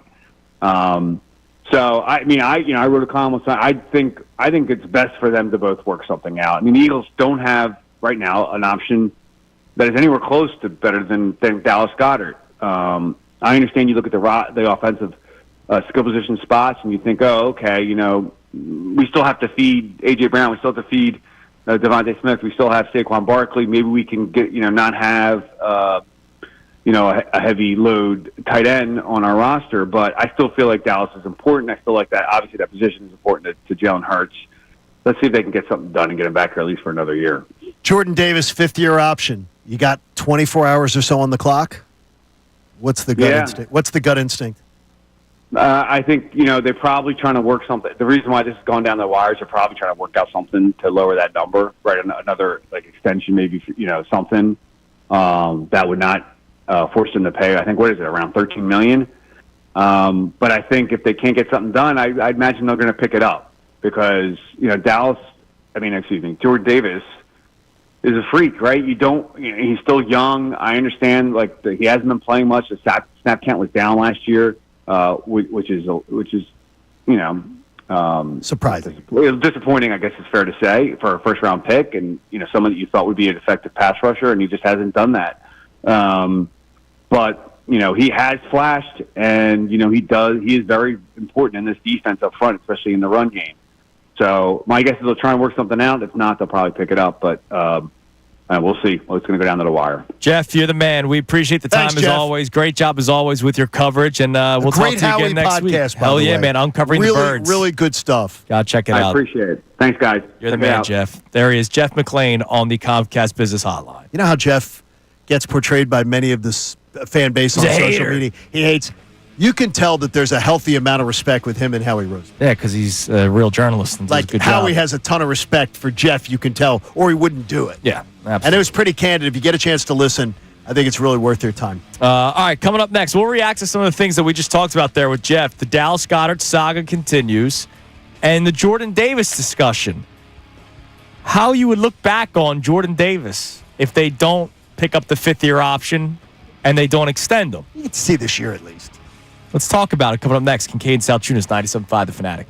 We want to hear from you, so text us at 610.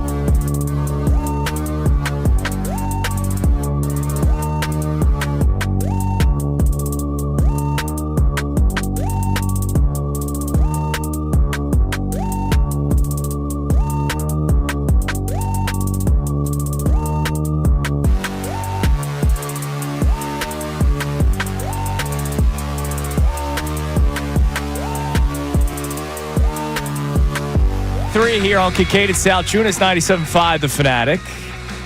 Amy Fedor will be joining us starting next segment for the remainder of the show. Always love our Tuesdays with Amy.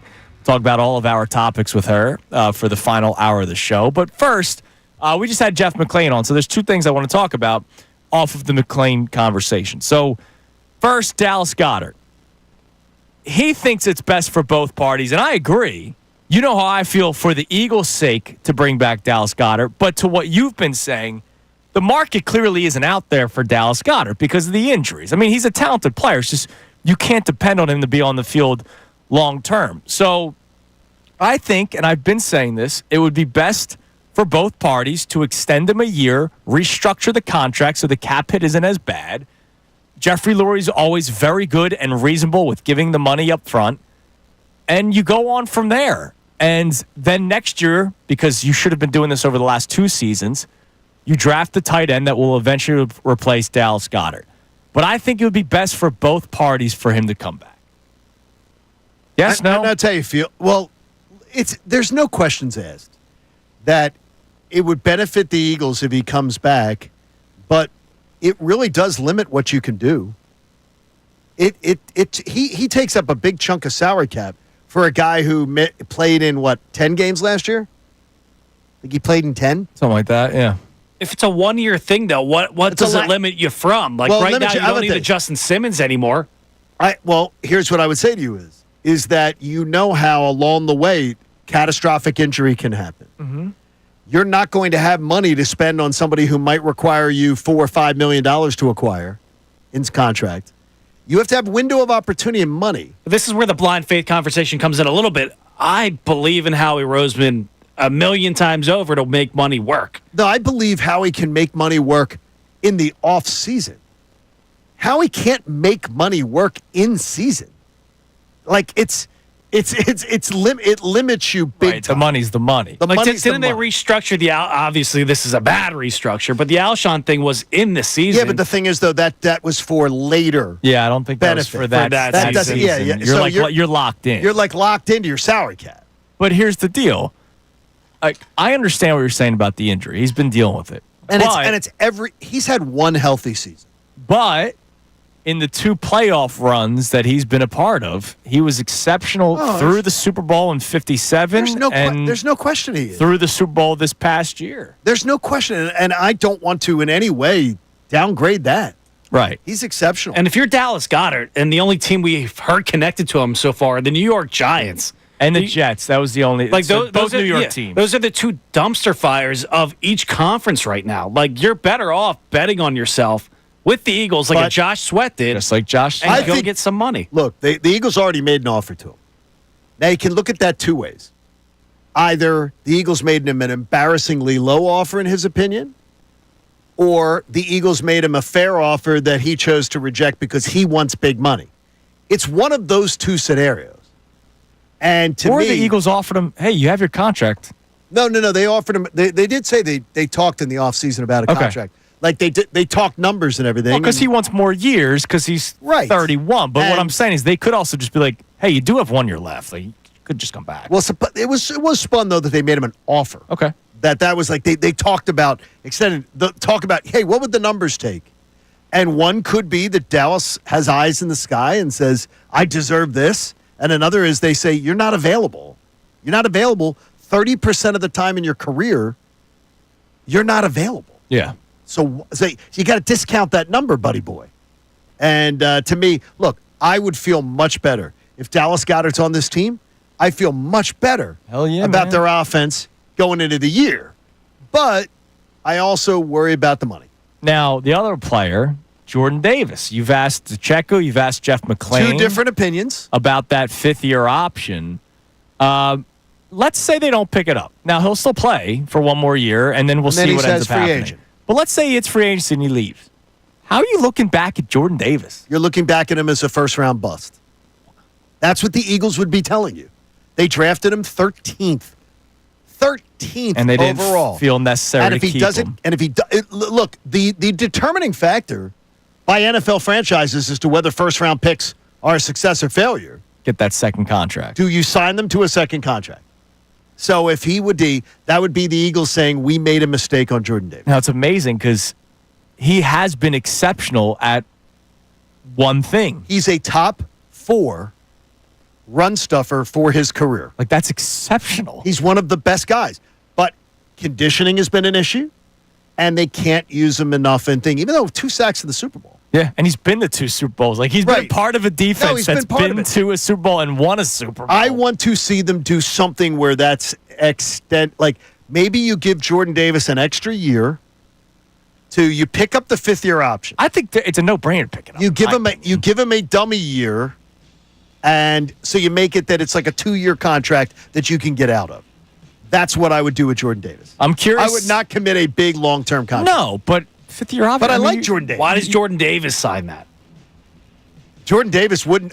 To me, I wouldn't sign it unless he really, really wants to be here and sees the opportunity to go get another ring. Right. And Jordan Davis is all. I can promise you this from no one from Georgia. He's all about winning, and he's all about team.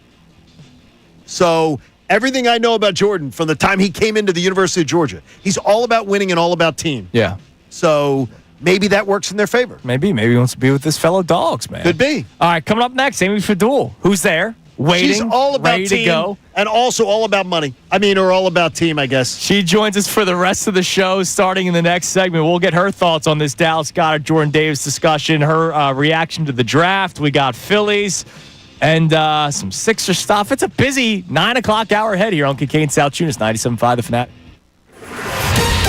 Fanatic Sports Update. What's next for the Birds? I'm Brendan Gunn with your Fanatic Sports Update. With the 2025 NFL Draft all wrapped up and 10 new rookies added to the Eagles roster, all eyes now shift towards getting ready for next season. Next on the agenda for the NFL as a whole is the schedule release on May 14th. And next on the agenda for the Birds are the OTA offseason workouts, which open up on May 27th, and then mandatory minicamp on June 10th. Yesterday, though, the team put a bow on their 2024 season at the White House, but Lane Johnson shifted that focus towards 2025 and said the Eagles are ready to begin their road to repeat. I want to thank Mr. Lurie just for creating a championship organization and culture. Howie Roseman putting the time in, everybody on the coaching staff. Just what a wonderful season it was, and we're not done. We're ready for another round. So. After a day off, the Phils return home today for the first time since April 20th to begin a series with the Washington Nationals. Zach Wheeler's on the mound tonight.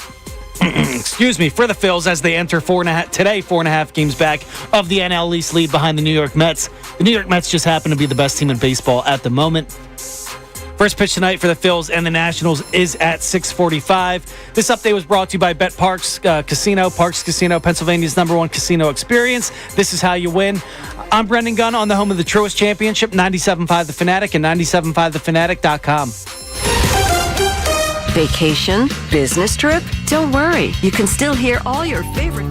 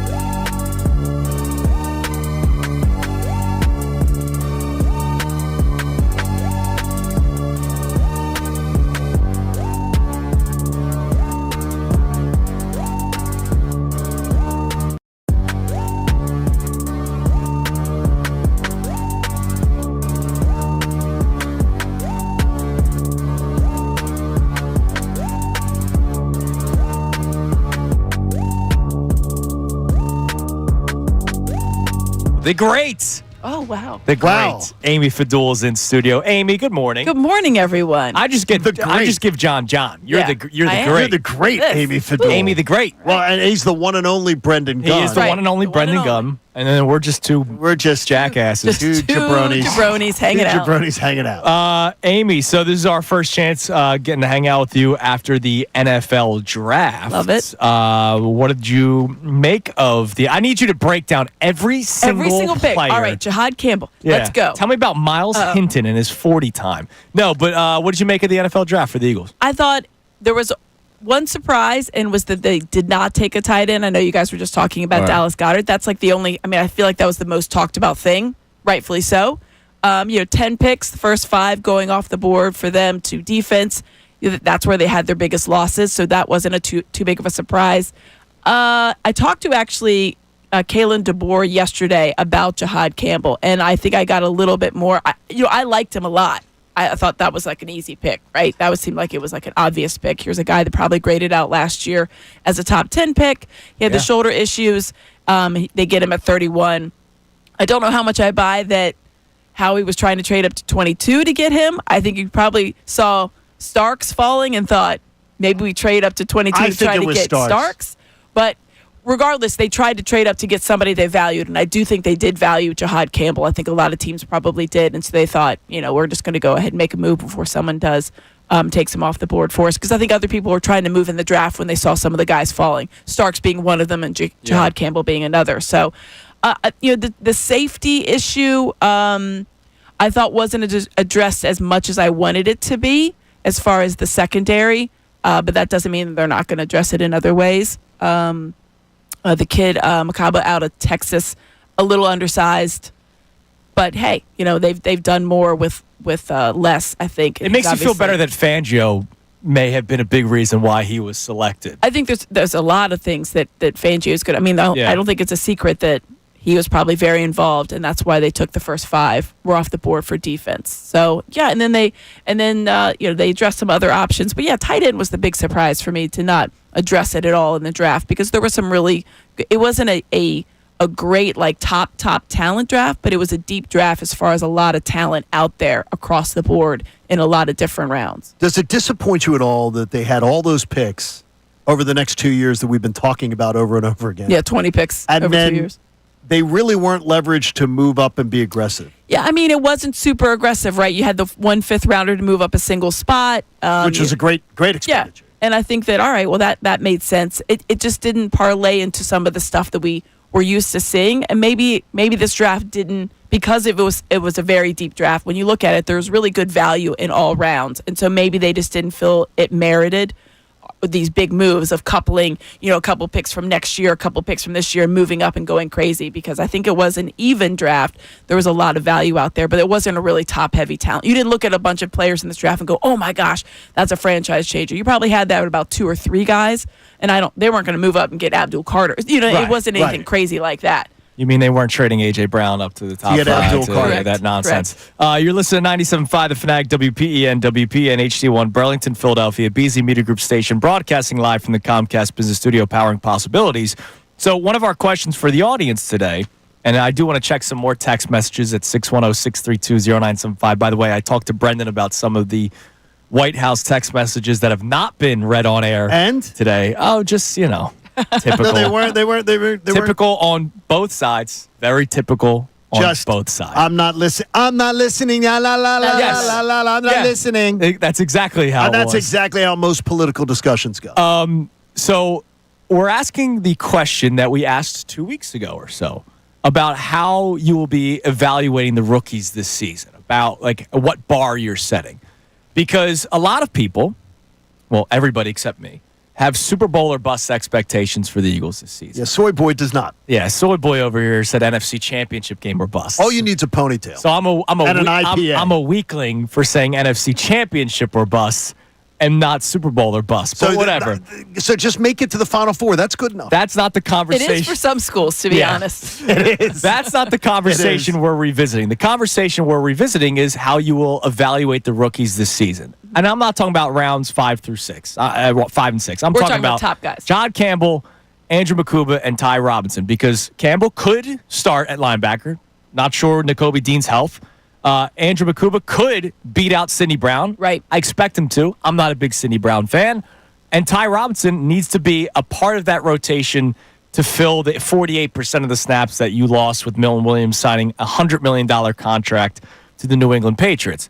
So how will you evaluate the rookies this year? What will your bar be for them? We said the Quinyon Mitchell, Cooper DeJean, don't set the bar there. That's way too high. Because they were ridiculous in their own right.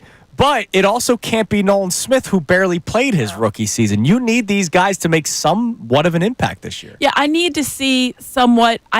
The one thing I will take away from Cooper DeJean is I need to see the trajectory. I need to see that. I don't need to see what I saw from some of the guys a couple of years ago, Jordan Davis, maybe even Jalen Carter, to an extent where you kind of hit that wall. Yeah. And then the tail end of the season, when you really need them, they aren't performing as they did at the beginning in Jalen Carter's case. And I think that's a little bit unfair, and I don't want to pigeonhole him too much in that. But you did see a drop-off. Mm-hmm. You did see him hit the wall. You saw Jordan Davis certainly hit that in his rookie season. So I think for me, my first barometer has got to be seeing the trajectory going up. Cooper DeJean obviously had the injury to start last season, but he really finished strong. I mean, look how he finished. First interception season, right? was in the Super Bowl. It's incredible. But he played so much better at the end of the season, and that could be, and so did the defense as a whole, let's be honest, right? Whole, yeah. They started off very, very shaky. They came together, and I think it's about hitting the ground running for these guys and trying to have that same kind of trajectory. So I need to see the rookies be able to contribute just as much at the end of the season while they're learning everything in the beginning. I think that's got to be the first thing for me. And for some of them, and for Jahad Campbell, I think it is to be a significant part of that defense. Starting minutes, starting games, I think that I need to see him do that. I know I need to see the shoulder be okay. I talked to his coach, as I said. He thinks the shoulder is just fine. Obviously, that's something they're going to have to watch. He played through pain last year. That's actually a really good thing, because you're going to have to play through pain in the NFL as well. I thought it was interesting that Campbell played in the bowl game for them. Something a lot of guys and he opt did out not of. have to. He did. He absolutely had an out. Right. He's getting ready to go to the NFL. We know that he's had shoulder issues. So I think him and his commitment has shown that he is a guy that's going to be very valuable to this defense and the way the linebacking is going to operate. I do think he is a traditional off-ball linebacker. It doesn't mean I don't think he can play edge. We don't even with Vic Fangio, whatever you were is whatever he's going to.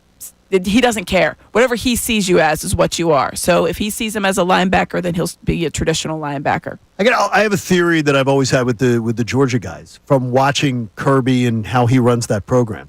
If you look at the Georgia players, especially defense, they play less snaps than their peers because Kirby believes in rotating so they have a lot. Plus, an embarrassment of riches. And they blow people out. Yeah. They blow people out, so he saves snaps. He saves wear and tear. And I think when they get to the NFL, it's a little shock. Yeah, I think because they're being asked to play much more than they were in a lot of games. Well, yeah, as a whole, you're being asked to play a lot more, and you're being asked to do a lot more. It's a different entire where you're pulling yourself from. So I think that, he's trying to, all these guys are going to be trying to learn on the fly. That's what the rookie mini camps are for. Then regular mini camps and OTAs and all that other stuff is a big ramp up process. And I hate that word. I'm so sorry I used ramp.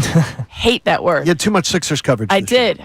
Ramp up. But they do kind of build up to that. So I do need to see those three top guys. I need to see them to be valuable contributors on the defensive side. And I do agree with you, Andrew. I think that Makaba can beat out Sidney Brown. Yeah, I absolutely feel that way. All right, what do we have on the text line, Gunner, on any of our topics today? The White House conversation also available here at 610-632-0975. All right, yeah, we got Kyrie from Southwest Philly checking in saying we have a chance for our Birds to be a dynasty. They can't let any outside, off-the-field issues divide our guys. Let's focus on what we can build together instead of focusing on what can separate us as a locker room. Love it. Yeah, and the sad thing is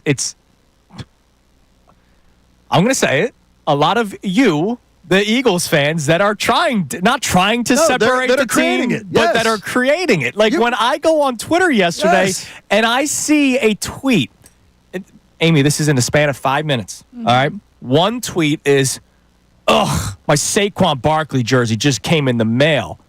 The next tweet was, what am I going to do with my Jalen Hurts jersey now? And it's like, whoa. It's madness. Because one guy went, because one guy didn't. You don't like this guy now that he went. You don't like this guy that didn't go. you love this guy because he went. You love this guy because he didn't go. Because it's like, oh, it's not a big deal that he didn't go. Well, then why are you so mad?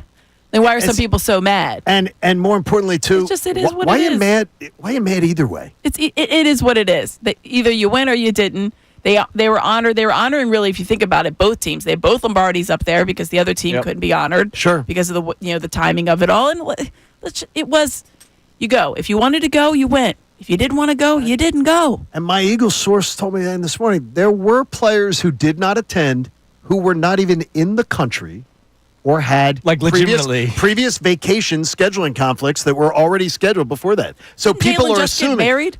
Jalen just got married, and I'm wondering if that's one of them.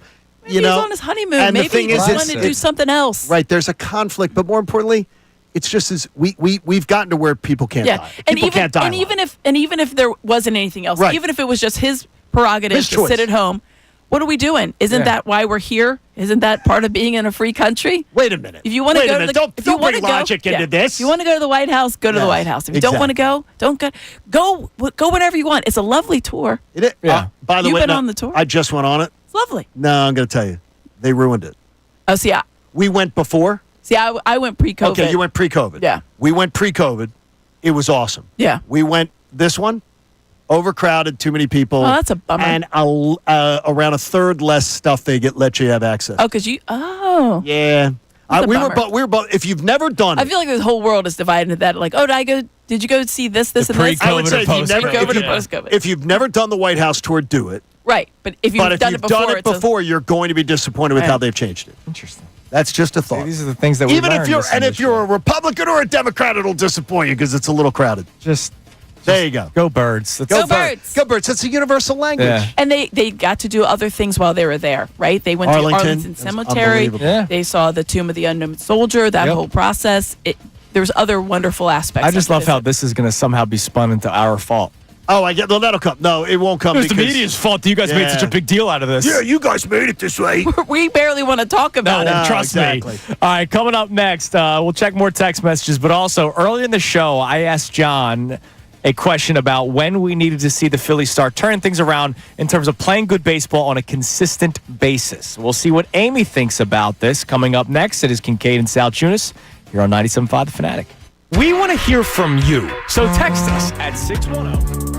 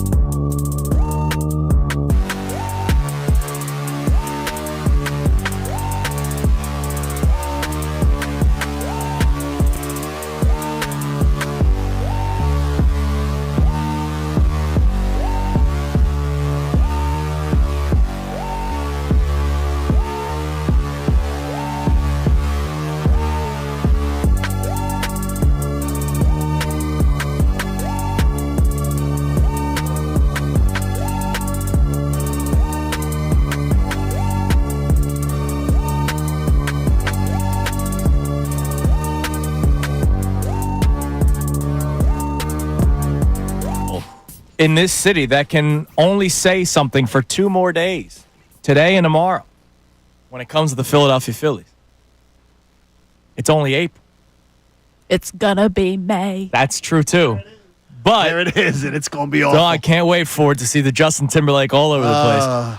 They only have 2 more days left to say it's only April. Right, because that's been the mantra of like, hey, it's only April. It's only April. It's okay that they just beat the Cubs. I remember the Sixers fans doing that to me for a month and a half. Right. It's early. Hey, like I walked in unison with you on that conversation. We're trying to have a nice, joyful Tuesday. You and I walked arm in arm joyful when Tuesday. we were anti-ramp up, anti-Paul George. Along. Don't it's a start beautiful throwing day outside. Sixers fans. And there's you like hate a it. grenade that just came my way. You hate it when exactly. people speak in absolutes well, and overall people. I so said don't say all Sixers fans. I didn't say all Sixers you fans. You said Sixers fans. I did not say all. Sixers fans. And I did. And they did. All. And you go to my team. It does mean all. No, it does not mean all. All well, then means you all. should have specified. You should have said those Sixers fans who were a part of this. And then I'm going to throw best show ever in on it. In your defense, I sat next to 2 gentlemen that were convinced until like January. Like, hey, if we just go on and I would just look at them and be like, oh, the president of basketball operations said that too. You know, we're just hear on you, but no. Anyways. Hear you, but no. The Phillies did have a nice series win against the Cubs. That was important. I think you needed to see some offense. The Cubs have a good offense. They do. So I was pleased that the Phillies matched that offense. Them losing Steele for the season is going to kill them. Yeah, not kill them. They'll win their. They're going to still win their division, I think, but that's going to hurt them certainly down the road and in close games against better teams. So, at what point? John gave his date. At what point do you need to see them playing consistent baseball? It doesn't mean they win every single series. It doesn't mean they win 10 in a row. I'm just talking about a brand of baseball where you feel comfortable and you actually enjoy watching them play, because there are a lot of nights so far through. How many games have they played? The Phillies are 15-13, so through 28 games. I've not enjoyed the bulk of them. No. Like, I've been, even in wins, I've been it's been nerve-wracking. That game 2 against the Marlins where they almost blew it, like, that wasn't fun for me.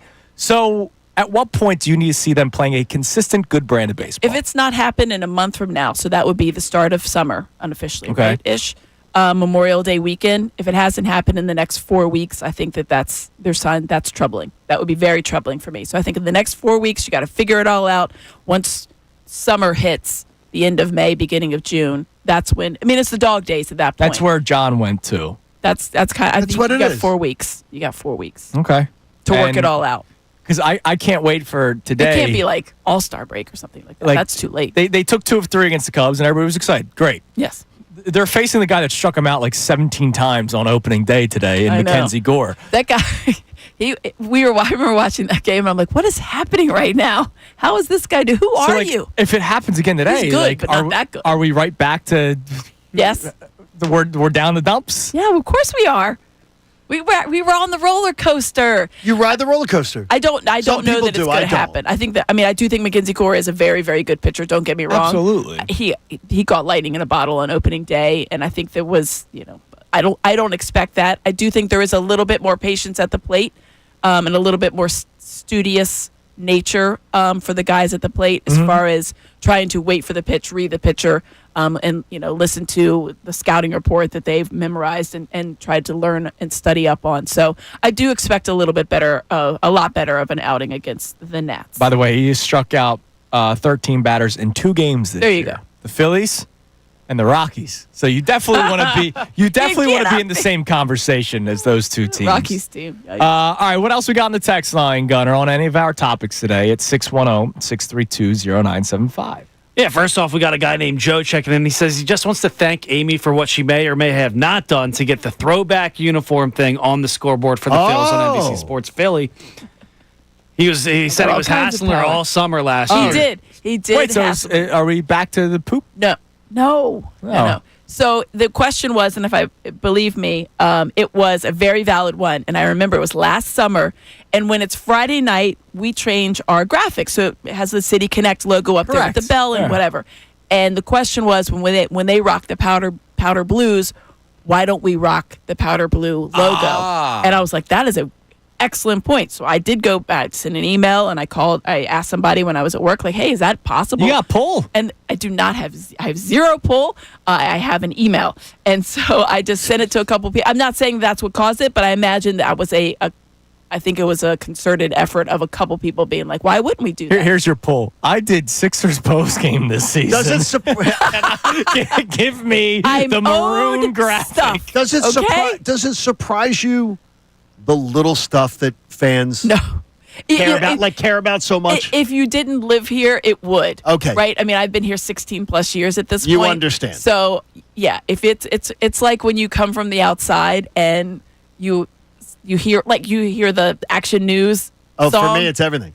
It's my ringtone. If you hear from somebody outside, they come in here and they hear that and they're like, what? Yeah. Remember when they tried to change the thing? Yeah, they did. People lost their minds. For 20 years. See, there you go. For 20 years, my ringtone on my phone. There's nothing. It's such a parochial town, and it's very, very, everybody's invested in every single thing. When we change our commercial breaks, it was like, whoa. What are you doing? And by the way, why are you breaking then? Our new clocks is more airtime. We have less total commercial They think there's more commercials. And it's like it's different. No. We don't like change. We actually have more airtime now for you. So no, it doesn't. Nothing ever surprises me. But I thought that was a really good point, Joe. I think that brought it up last year, and so yeah. I mean, I wasn't the only one that had brought it up, but I certainly was like, "Hey, this is something that happened." There. And everybody's like, "Yeah, of course." And you do have pull.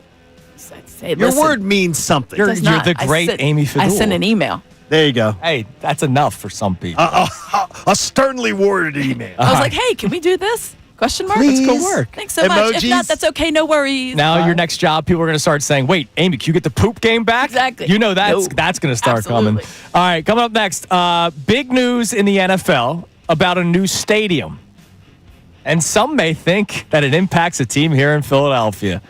We will discuss. I hear, and with the mic off, it does. It does. We'll talk about it next. Kincade Salciunas, 97.5 The Fanatic. Fanatic Sports Update. What's next for the Birds? I'm Brendan Gunn with your Fanatic Sports Update. With the 2025 NFL Draft all wrapped up with 10 new rookies added to the Eagles roster, all eyes now shift towards getting ready for next season. And next on the agenda for the NFL is the schedule release on May 14th. And next on the agenda for the Birds themselves are the OTA offseason workouts, which open up on May 27th, and then mandatory minicamp, which opens up on June 10th. Yesterday, though, the team put a bow on the 2024 Super Bowl winning season at the White House, but Lane Johnson shifted all focus towards 2025 and said the Eagles are ready to begin the road to repeat. I want to thank Mr. Lurie just for creating a championship organization and culture. Howie Roseman putting the time in, everybody on the coaching staff. Just what a wonderful season it was, and we're not done. We're ready for another round. So. After a day off, the Phillies return home for the first time since April 20th to begin a series with the Washington Nationals. Zach Wheeler is going to be on the mound tonight for the Phils as they enter today 4.5 games back of the New York Mets in the NL East. The Mets just unfortunately happen to be the best team in baseball at the moment. First pitch tonight between the Phils and the Nationals is at 6:45. This update was brought to you by Allstate. Some people just know you can save money on car insurance by checking Allstate first. So what are you waiting for? Check Allstate first for a quote today. You're in good hands with Allstate. I'm Brendan Gunn on the home of the Truist Championship, 97.5 The Fanatic and 97.5thefanatic.com. 97.5 The Fanatic and live.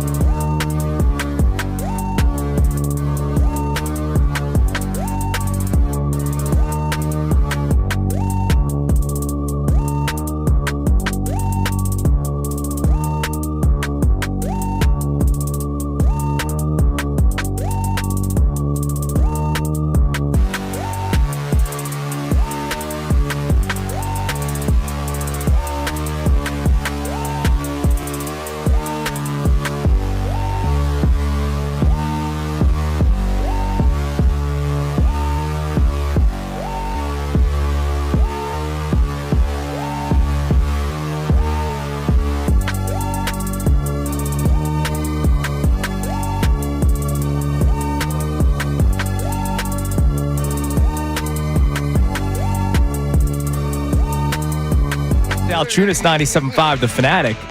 Before we get into this discussion about the Sixers and a stadium, The redheaded stepchildren, we have an update. On the Bill Belichick CBS Sunday Morning interview. What about it? The most awkward thing I'm probably ever going to watch. So we talked about this yesterday. We played it during today's headlines with the one and only Brendan Gunn. And obviously, if they don't want to talk about how they met and all that kind of stuff, that's their prerogative. But when you... Why are you doing the interview then? And when you jump in saying, he's not answering that question. So weird. We're all going to now start speculating. The man's in his 70s. We're all going to be like, a 24-year-old telling him what to do. How did you meet then? If you're not wouldn't you rather us, they met, by the way, they met on a plane. Sure they did. And that's they did. They I know what they tell people. No, it was an arranged plane. People just happened to be there at the same time. It was documented because people were on the trip with them. But that's how they initially met on a plane. They know that they initially met her traveling, him traveling. The word is they were sitting next to each other on a plane, and he Bill's noticed got what game. book she was reading. I don't know if I believe that. And that he signed the book. Yeah, me and my girlfriend met at a party. We were both supposed to be at the party to meet each other. That's how they met on the plane. They're supposed to meet. It was arranged. You reading the playbook? The book was called like something about logistics or it was logic. the Falcons playbook that they stole. That they stole because of Kyle Shanahan before the Super Bowl. Like dope. Something about logic or whatever it was, and he's like, "Oh, it's a good book." I don't think Mr. she's reading logic books. She was in college. Yeah, it was a textbook. And somehow they were sitting next to each other on a plane. That's amazing. Because Bill Belichick is just sitting there riding coach, hanging out. Oh, he's recruiting for UNC. No, this was before that. Oh, sorry. Exactly. So he was unemployed. There was an update on the interview. Apparently, Ms. Hudson was so angry at some of the questions that she stormed out, and Bill halted the interview and followed her out of the production studio. And the weirdest the thing. interview froze for 30 minutes, according to TMZ. So somebody that was there. She needed money for the candy machine, and so he had to be able to put it in the top slot there. This is just so weird. Can you imagine? Him being on Instagram is super weird. The pictures that they post are super weird. And there was so the fisherman thing. People were saying that the guy that did the interview, Tony. Yeah, Tony. Right? He does the morning show. He seemed uncomfortable, according to reports. It was probably him himself. He felt spooked after the 30-minute disappearance of both. By what? I would be freaked out. What did I do wrong? I would be freaked out. If I'm having a sit-down interview with one of the greatest coaches of all time, and someone, I don't care who, gets up and pulls them away, what? Is there going to be more topics that are off limits? What's going on right now? I get what you mean. I'm not and Amy afraid of him. Fadul interviews is never ending. Listen, like I did a Lenny Dykstra interview. I'm all good on awkward interviews. Okay. You check the box. Yep. And you got that for all you. good. And then one more bit from TMZ. According to TMZ, the higher ups in the UNC athletics department will be soon having a conversation with both Bill Belichick and Ms. Hudson about their involvement in day-to-day operations. I don't believe that for a second. Oh, I do. I think the only reason you hire Bill Belichick is because you want the notoriety and everybody talking about your team and your program, which is great. And the bonus is you get a pretty good coach. Yeah. But you can't have this nonsense surrounding it. He didn't listen to Robert Kraft, and he's the most successful NFL coach of all time. They'll just fire him. He literally they fire him. They're not going to do that. Get egg on the face. She's a director of like football operations or whatever, and the supposedly she's doing liaison roles of like, coach, you need to be here, need to be there, all this stuff. It looks meddlesome, but I don't believe she's she has director of football. She has an official. It's something title. social media because she has to verify everything that goes out. Hudson isn't an official employee of UNC, but listed herself in an email as the quote chief operating officer of Belichick Productions. Well, which doesn't exist. By the way, he's documenting the whole season. He's documenting the whole season like a documentary, weird. like as far as being followed by. I wouldn't have wanted it. Very strange. It's really strange. I always say to myself my wife says yesterday, seeing the interview, she goes, why does he have that sweatshirt on with a rip in it? The whole, yeah. And I said, That's the first thing I was just like, I said, what that's is by that? design. She said that looks cool. Cool. That The made me Tom look, she Brady- looked Yeah, you younger. need like one more rip though. One rip looks like you're just, you took it out of the drawer and like, this is my wife fine. goes, I would never let you on national TV looking Well, like there's a fool lot like of things that. we would never. Did Tom Brady winning one without him set him over the edge and make him lose It'd make his him go mind? crazy. Maybe. Yeah. Who knows? Could I have think been. being on the shelf for as long as he has. I mean, been, look at what I think that's part of it. probably Yeah, but did look it at what over. happened to Carson Wentz when Nick Foles won. It sent him could down do a it, spiral, too. You never know. All right, so, Johnny, you're upset about what'd you call the Sixers? The redheaded stepchild? Well, the redheaded Oh. stepchildren. I think that maybe they need a new, maybe new mascot, something like that. Like, see what you got. Because a $2.85 billion stadium is being built in downtown D.C., which, by the way, if any of you have never gone to where RFK I can't was. imagine. Where Now, here's what I'm going to tell you. It's right where RFK. Oh, I know. It's right where RFK used to be. I'm going to tell you, Amy. I grew up. I think I went two About or an three hour and a half times. from there. I think I went 2 or 3 times to RFK as a young man. It was freaking awesome. Awesome. Listen, Like, RFK is great. it's easy For to what get it to. was. And they're building It this. was a dump though. Yes, at it the was a end. dump. But so was the vet. Like, I mean, but the location, everything about this, and they're going to build the complex around it and everything. It took him 17 months owning the Commanders to commit to 73% of the funding for a $2.8 billion stadium in downtown and a revitalized project all around it and able to get approval and get it through and everything. 17 months. How long have we been waiting for that dog and pony show that they pulled in downtown? How long did we go I through think that? the difference is everybody in D.C. wants the stadium Yeah, in the D.C. Sixers, there's legitimate pushback. Yeah, but they went through where they got it. They had the mayor Right, behind but it. They had everybody behind it. Well, everybody wanted that. Originally, they wanted it in Northern Virginia. That's where the real push was. Get it out in Northern Virginia because that's where a majority of the fans are. Let's be honest. Anybody that knows any Commanders It's the fans, biggest spot. they are not in D.C. Those are not D.C. fans. They are all Northern Virginia fans. So they wanted it in Northern Virginia. They wanted it in Northern Virginia initially, and then Snyder got a deal out there in the middle of nowhere in Landover, Maryland, Landover. which is literally in the middle of nowhere. You couldn't get in or out. It's it was a business awful. park. It's terrible. And so there was a big push to put it, whether it was in Lorton, whether somewhere else in Northern Virginia. And then D.C. people were like, no, we wanted to revitalize. So there was there was no pushback. Well, it took everybody 17 wanted months. it. Yeah, but Right. John, Yeah, don't but forget, everybody wanted it in before DC. the Center City proposal, they wanted it on Penn's Landing. And the city blocked it. The city council blocked it in favor of a park, which, remember, it was supposed to be that big green and space. it fell apart. Yeah. I was It driving was supposed on to be like the High Line Where up they in had New the York. above- Just right. like the I High was Line. driving on 95 like the week after it collapsed, and I was like, wait, what happened here? I missed the whole story. That's not happening anymore. So Right. the city, before I talk about Josh Harris, the city missed the boat on not allowing them to build it in Penn's Landing, and then it moved to the Center City project, which obviously isn't happening now. Josh Harris. This was 2023 was Yeah. when they voted I on think the that's a Penn's big Landing. difference. DC really wants it. Everybody loved going to RFK. It was accessible. You could It's get so there. accessible. And FedEx Field or whatever it's called now is not accessible. Eagles fans are going to jump on the Amtrak.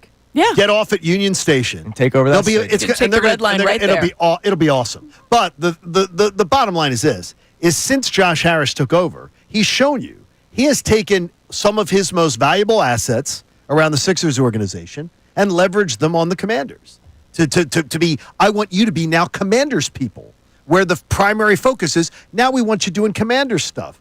This deal got done so streamlined and so fast, and more importantly. Where's Josh Harris been talking? Have we heard from Josh Harris in any of this debacle? Have we heard from anything? Do you because need to? He can't resist a microphone with the Commanders. Do you need to? Yeah, I do need to. I need if a debacle happens, I need my owner to step up. I need my owner to step up and have and tell me that you care. Tell me that you're dealing with it. Now look, Daryl Morey, you can be in or out on Daryl Morey. Right. But Daryl Morey announcing to everybody himself That he's back. I understand. That's almost like borderline disrespectful. Like, yeah, nobody's paying attention here. That should come from the guy up top. I believe in Daryl Morey. I want Daryl Morey to have a shot to clean this up. Here's why I believe in him. You hear any of that? No. You put a microphone in front of this man's face about the Commanders. Talk He about the does Commanders? everything. Our boy Bram, when he wants get him to talk about something, he's available.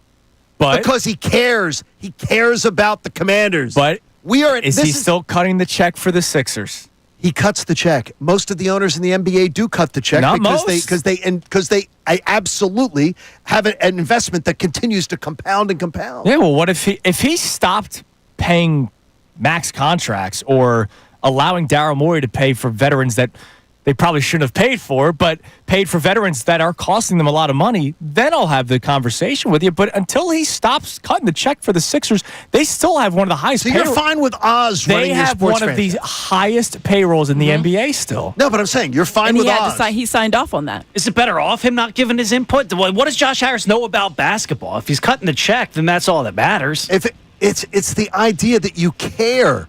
What do you care about if you're Jeffrey Lurie cares No, about you know being the who Eagles doesn't owner, care? but he doesn't interfere a ton, but he's still he's But having you know I who don't know if doesn't it's care as like extreme as it. the Marlins owner doesn't care. Right, Which is talk where about they're completely literally not checked out. going to pay any. The Pirates owner. Yeah. The Athletics owner. Like, Josh Harris may not be bleeding red, white, and blue Sixers.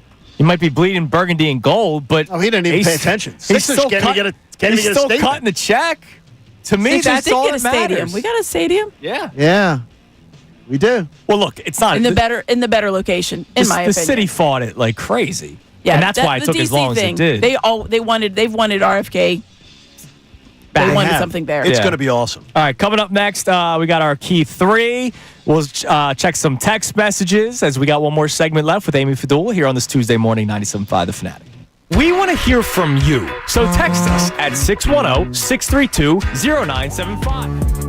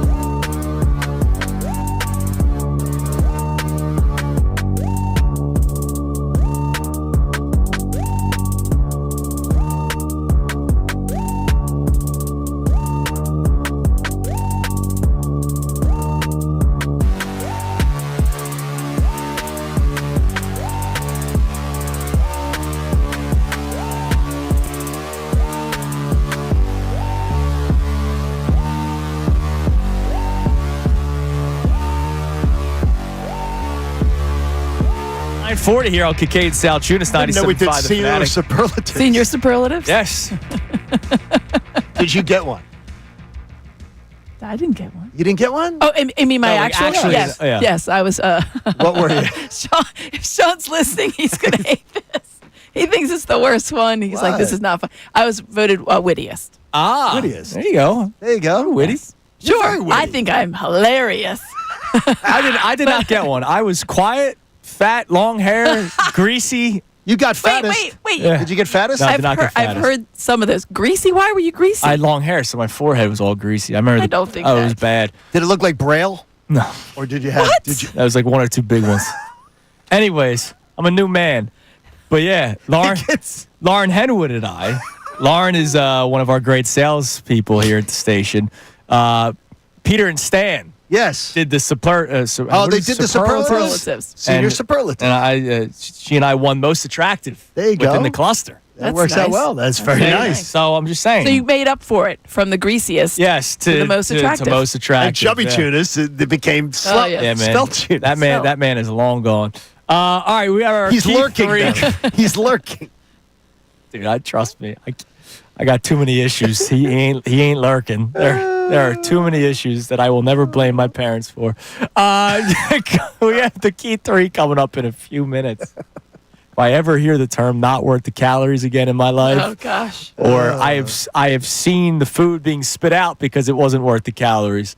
Yeah, You and Gabe Kapler. I had issues. What do we got in the text line on any of our topics so far this morning, Gunner? Yeah, we opened up the Sixers topic, and we got Mike in Turnersville checking in. Here we go. Good, Mike. Saying, watching Jimmy Butler play through his injury last night to help Golden State win and take a dominant series lead really just makes you look at the Sixers' current fate and what they decided back in that year after the quadruple doink when they decided Ben Simmons. Of course, I don't think it was Ben Simmons and Jimmy Butler per se, but he said, I think that's the fork in the road where they went wrong. There's a million stories. There was Brett Brown versus Jimmy Butler. There was Ben Simmons versus Jimmy Butler. I appreciate that. There's no way Jimmy Butler would be on this team this year.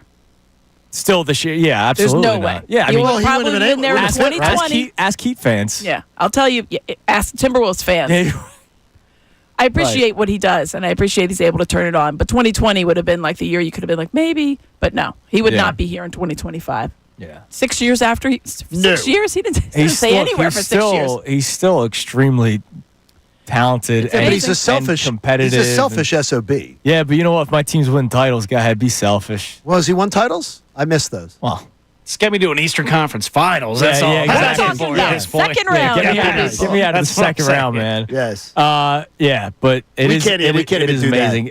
They are running away with that series against Houston. 3-1 in that series. Yeah, was it the games haven't been though. Only the one game was sort of lopsided. Last night came down to the last. Oh, shot. you and I were talking about this yesterday about the entertainment value of the Right. NBA playoffs. I've been extremely entertained. Yes. Really, the only Except for the Cavaliers series. yeah, because Which I figured. the Heat. Well, the Boston series isn't exactly riveting. No. They Magic gotta have been win. playing. Magic have been Magic playing has them been- well. at least Magic it's is a been- year. It's been a good. They're a year away. Yeah. They needed this year You to cook. see some things like, oh, all right. Yeah, in Game 1, they had the halftime lead, and then the Celtics just ran away with it. It was close in Game 2. The Magic win Game 3. It's a typical better team versus worse team series. Yeah. You know, that's You're like, all that's right, what it is. you win one, you squeak out, you get close. Yeah. That's about it. It's gentleman's sweep. It's type of Sixers Celtics from 2018. vibe. Yeah. Right, where every game was close. Then they They're in bench it. Rocco, TJ. They win the game. Oh, they should have been starting him this whole this is it. time. Was No. that the confetti year? Yeah, because Bellinelli hit the three, but his foot was on the line or something. Was it? Foot was on the line, or did the time expire? Toe I was think on the line. I think Toe was on the line. Marco Bellinelli, Ersan Ilyasova, the two greatest midseason pickups ever. All right, what else we got in the text line? Yeah, we got somebody checking in on that Jordan Davis conversation and says, and they could have had Kyle Hamilton instead of Jordan Davis. Yep. It would be considered a huge bust for if nothing else than that alone. Yeah, you're right in saying, based off of terminology, if you don't get your second contract, It's a bust. It's For a bust. first round pick doesn't get a second contract. It's a bad pick. It just feels weird Yeah. saying it when he has been very, very good at one specific craft. Like when I think of first round bust, I think of guys, Jalen Rager. I'm thinking Sure. of like the firemen. Right, Danny Watkins. Yeah. Like Jordan Davis doesn't come to mind, but I get what you're saying based off of what the league tells you. Yeah, I mean, if you don't sign a second contract and you're a top 13 pick, your team didn't value enough. You were a bust. Right. But what if you go on and do something else elsewhere? Well, you may be not a bust to them. Okay. But you were a bust for the team that drafted you because that means they made a big mistake. 13th pick is supposed to spend your whole career somewhere. You're supposed to be a cornerstone. I hope it doesn't happen because I want Jordan here. Right, because of how great he is. I just wonder what his price tag's going to be. All right, give us one more text, Brendan. All right, we got Jared in Omaha. Jared from Nebraska from yesterday says, Andrew, the Chunas chain has been ready to pick you up for a while. All repairs are done. The bar car is even loaded with the booze. Time to get everybody on the train for the Fightin' Phils. Winning a back-to-back series coming up. So we're bringing back the Chunas train, huh? I got the T-shirt still. All right. It's still there. I'm sure we have them in the closet somewhere. It's just, the Chunas train's been sputtering recently. Yeah. All right? That was full steams ahead. 2022, the Chunas train was alive before they even made the playoffs. They've been derailed a few times. Yeah, a little bit of a chug. Yeah, chug. we're, Sputtering little up that engine hill. that could. Yeah. It's a big Well, book. they think Thomas they can. the Train. It's a big book in the rotation. Thomas the Train is? Ironically. No, and little engine that could. Little engine I think that could. I think I can. There you go. And we did get somebody checking in on that Josh Harris conversation. He says, Eric from Virginia, as a matter of fact, so he's in Josh Harris's territory. Mm-hmm. He says, Josh Harris first purchased the commodes. I thought no big deal. But now seeing what he's done, how he mistreats the Sixers, ignores the Sixers, in my best Josh Harris impersonation, I cannot wait to get out of this building. By the way, no big deal was wrong for you to say that from the beginning. Not for the Sixers, because he's gotten the check. The Commanders were going to be a better organization the second he bought that team. Because the guy before him was hard. Low. Yeah, it was I have family in Virginia. They're all Commanders fans. They're all so excited. I'm like, yeah, of course you're excited. Like, what do you think of him? I think he's a fine owner. You know who he's not? Dan Snyder. Right, exactly. That's your bar. Exactly. Right, so when he's better than Dan. Of course he is. It's funny how sometimes he's – better, period. But of course he is. I'd be better than Dan Snyder. When we see news break, John and I sometimes take it different ways. Like, prime example, when the hip drop tackle is banned. Yes. Right? My first thought was NFL. John's first thought was, wow, this benefits Saquon Barkley. And it's amazing how our minds go in different ways. When Josh Harris became the owner of the Commanders, my first thought was not, how does this impact the Sixers? My first thought was, there's another team actually. That's what I thought. In the NFC East that could become a problem. Yeah, because they've been lurking. And mine was more of it, how does it affect the Sixers, and then how does it affect I guess I didn't think it was going to affect the Sixers. I don't know. Yeah, Maybe I didn't. as long as until he stops cutting the check. Look, Jeffrey Lurie, Julian Lurie, they're a strong, commanding presence in their organizations. Yeah. And Julian will become even more of one in the next few years. Josh Harris is a ghost. I personally like it when my owner is more of a presence. That's just me. How about down in Dallas? Do you like that owner? I don't want him being the general manager. Well, see, but I want Jeffrey Lurie. I want a guy who cares. I know Jeffrey Lurie bleeds and cares about what the product his team's putting out and everything like that. I need a guy that's going to cut the check. Yep. I hear you, because John Middleton is a guy that is very invested, right? I think you can still have a successful owner and not be. But I think you can have a Jerry Jones and be successful. As long as Casper's opening up his wallet, man. There he is. I'll take it. All right, it's time now for the key three best minutes from today's show. Now, the Kincade Salciunas Key 3. Today's best. The rookies, for the Eagles to get back to the Super Bowl, some of them are going to have to play pretty well and in big roles. Now, when you say some, can we start there as far as some?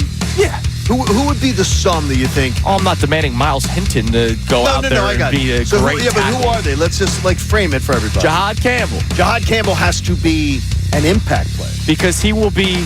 He's Oren Burks. He has to be an impact player. And for all we know, he could be the starter week 1, depending on the health of Nakobe Dean. We don't know. And his health. Nakobe Dean. Yes. Correct, because there was reports that came out yesterday on Jahad Campbell. Andrew Makuba could be your starting safety. Nobody should lock in Sidney Brown as the starting safety next to Reed Blankenship. Let's talk about it with our next guest, who's joining us on the Comcast Business Hotline. Every day in business is a big day. Let Comcast Business help you move forward with what's next. He did a great job all weekend long with his draft coverage. Didn't matter what player was selected, what round, what pick. Did a great He job. had a breakdown for them on Thursday, on Friday, and on Saturday. And I heard him yesterday with Connor and Ricky as well. That, of course, our man Andrew DeCecco. Andrew, good morning. Well, I appreciate that. Good morning, guys. How are you? We're doing great. Which player are you most intrigued by to sort of follow their rookie season and see how they grow into NFL players? It's a great question, Andrew. I would say Samal Mondon, the linebacker from Georgia, who was my linebacker 4 during the whole pre-draft process. This is a player who started for 3 years at Georgia, so that's nothing to kind of cast aside. That's an achievement. But he does have a lot of athleticism. He wasn't above playing on special teams. He has a blue-collar approach to him, and I like his toughness and leadership, which it kind of reminds me a little bit of Nakobe Dean. Joining us now, the Comcast Business Hotline, where every day in business is a big day. Let Comcast Business help you move forward with what's next. Of course, is our man Jeff McClain. You got to experience the new look of Inquirer Sports, where fans can read, watch, and listen to their favorite reporters and columnists. And, of course, check out his great podcast, Uncovering the Birds. Jeff, good morning, man. How are we today? Good morning. He's an off-ball linebacker. That's what he played his last 2 years at Alabama. But that was a guy that was recruited to be an edge rusher. And, as Howie Roseman pointed out, I mean, that's something that they think he'll be able to do at the NFL level. And to them, that kind of justifies taking a first-round swing on him. Because, again, you're going back to what they've kind of historically done on first-rounders, and that's emphasized the front. And in their view, this is a guy that can also help them up front. But my guess is that he'll probably start off in the linebacker room, but probably cross-train a little bit. Yeah, I mean, certainly a little bit different than what they typically do at that position. I think the presence of Vic Fangio and obviously his scheme has a lot to do with it. Talking about the Eagles rookies, at least the first 3 picks, Jahad Campbell, Andrew Makuba, Ty Robinson. How will you be evaluating these 3 players during the 2025-26 season? All right, that is the Kincade Salciunas Key 3 best minutes from today's show. Silvana Kelleher has checked in on the text line. She said the Bill Belichick story. That's the breaking news that she wanted to hear. The Bill Belichick story? Where Ms. Hudson demanded them to leave for 30 minutes. What was going on in that conversation? We'll never know. That is something you'll never find out. I got to tell you, the fact that she spoke up and intervened during his I thought that was so strange. interview, that is a grown man. And I would be like... Man in his 70s. I would be like, excuse me. Yeah. You do not speak for me. Got Sit over there and don't embarrass me like that. Yeah. 7 years old, Super Bowl champ. And I'm not taking you for ice cream afterwards. You continue to behave like this. All right, we got a minute. If you don't want to name the name, you don't have to. Did you ever have like a most uncomfortable interviewing experience? Either of you? I told you, Lenny Dykstra. Okay. Well, yeah. We had to. It was on tape. It had to be. It was by that can't far be live. one of the most uncomfortable moments I've ever been in. I've had other ones that were rude to you. Can you be honest? He's just his. He is rude. He is rude at times. He does stuff for the shock value, and I'm not easily shocked. I really am not. But I'm trying to have a normal interview here, and he's just talking about things that are wildly inappropriate. Yeah. Wildly inappropriate. Of all kinds of different natures, and as you can imagine, his time in prison and how he's spending it and what he was doing at night, and I don't need to hear about any of it. Tell us about the Phillies, Lenny. You wrote Tell a us book. about 93 again. You wrote about a book. Okay, you wrote a book. Tell us about that. Yeah. Move on, guy. Hey, Pierce Phelps Bryan Heating and Air Conditioning Contractors made a donation to the AACR, the American Association for Cancer Research. We thank them, and you can do the same. Do it at 975thefanatic.com/AACR because cancer research saves lives. I retweeted one of the doctors reached out that has benefited from our scholarship fund. Oh, awesome. And I put it out there. So your work with the AACR, it helps, please. That's beautiful. All right, Amy, thank you so much. Thanks, Aim. We Thank you, guys. appreciate it as always. See you next week. We'll see you next week. We'll be back at it tomorrow, Johnny, on an Adam Schefter Wednesday. The Mike Missanelli Show comes your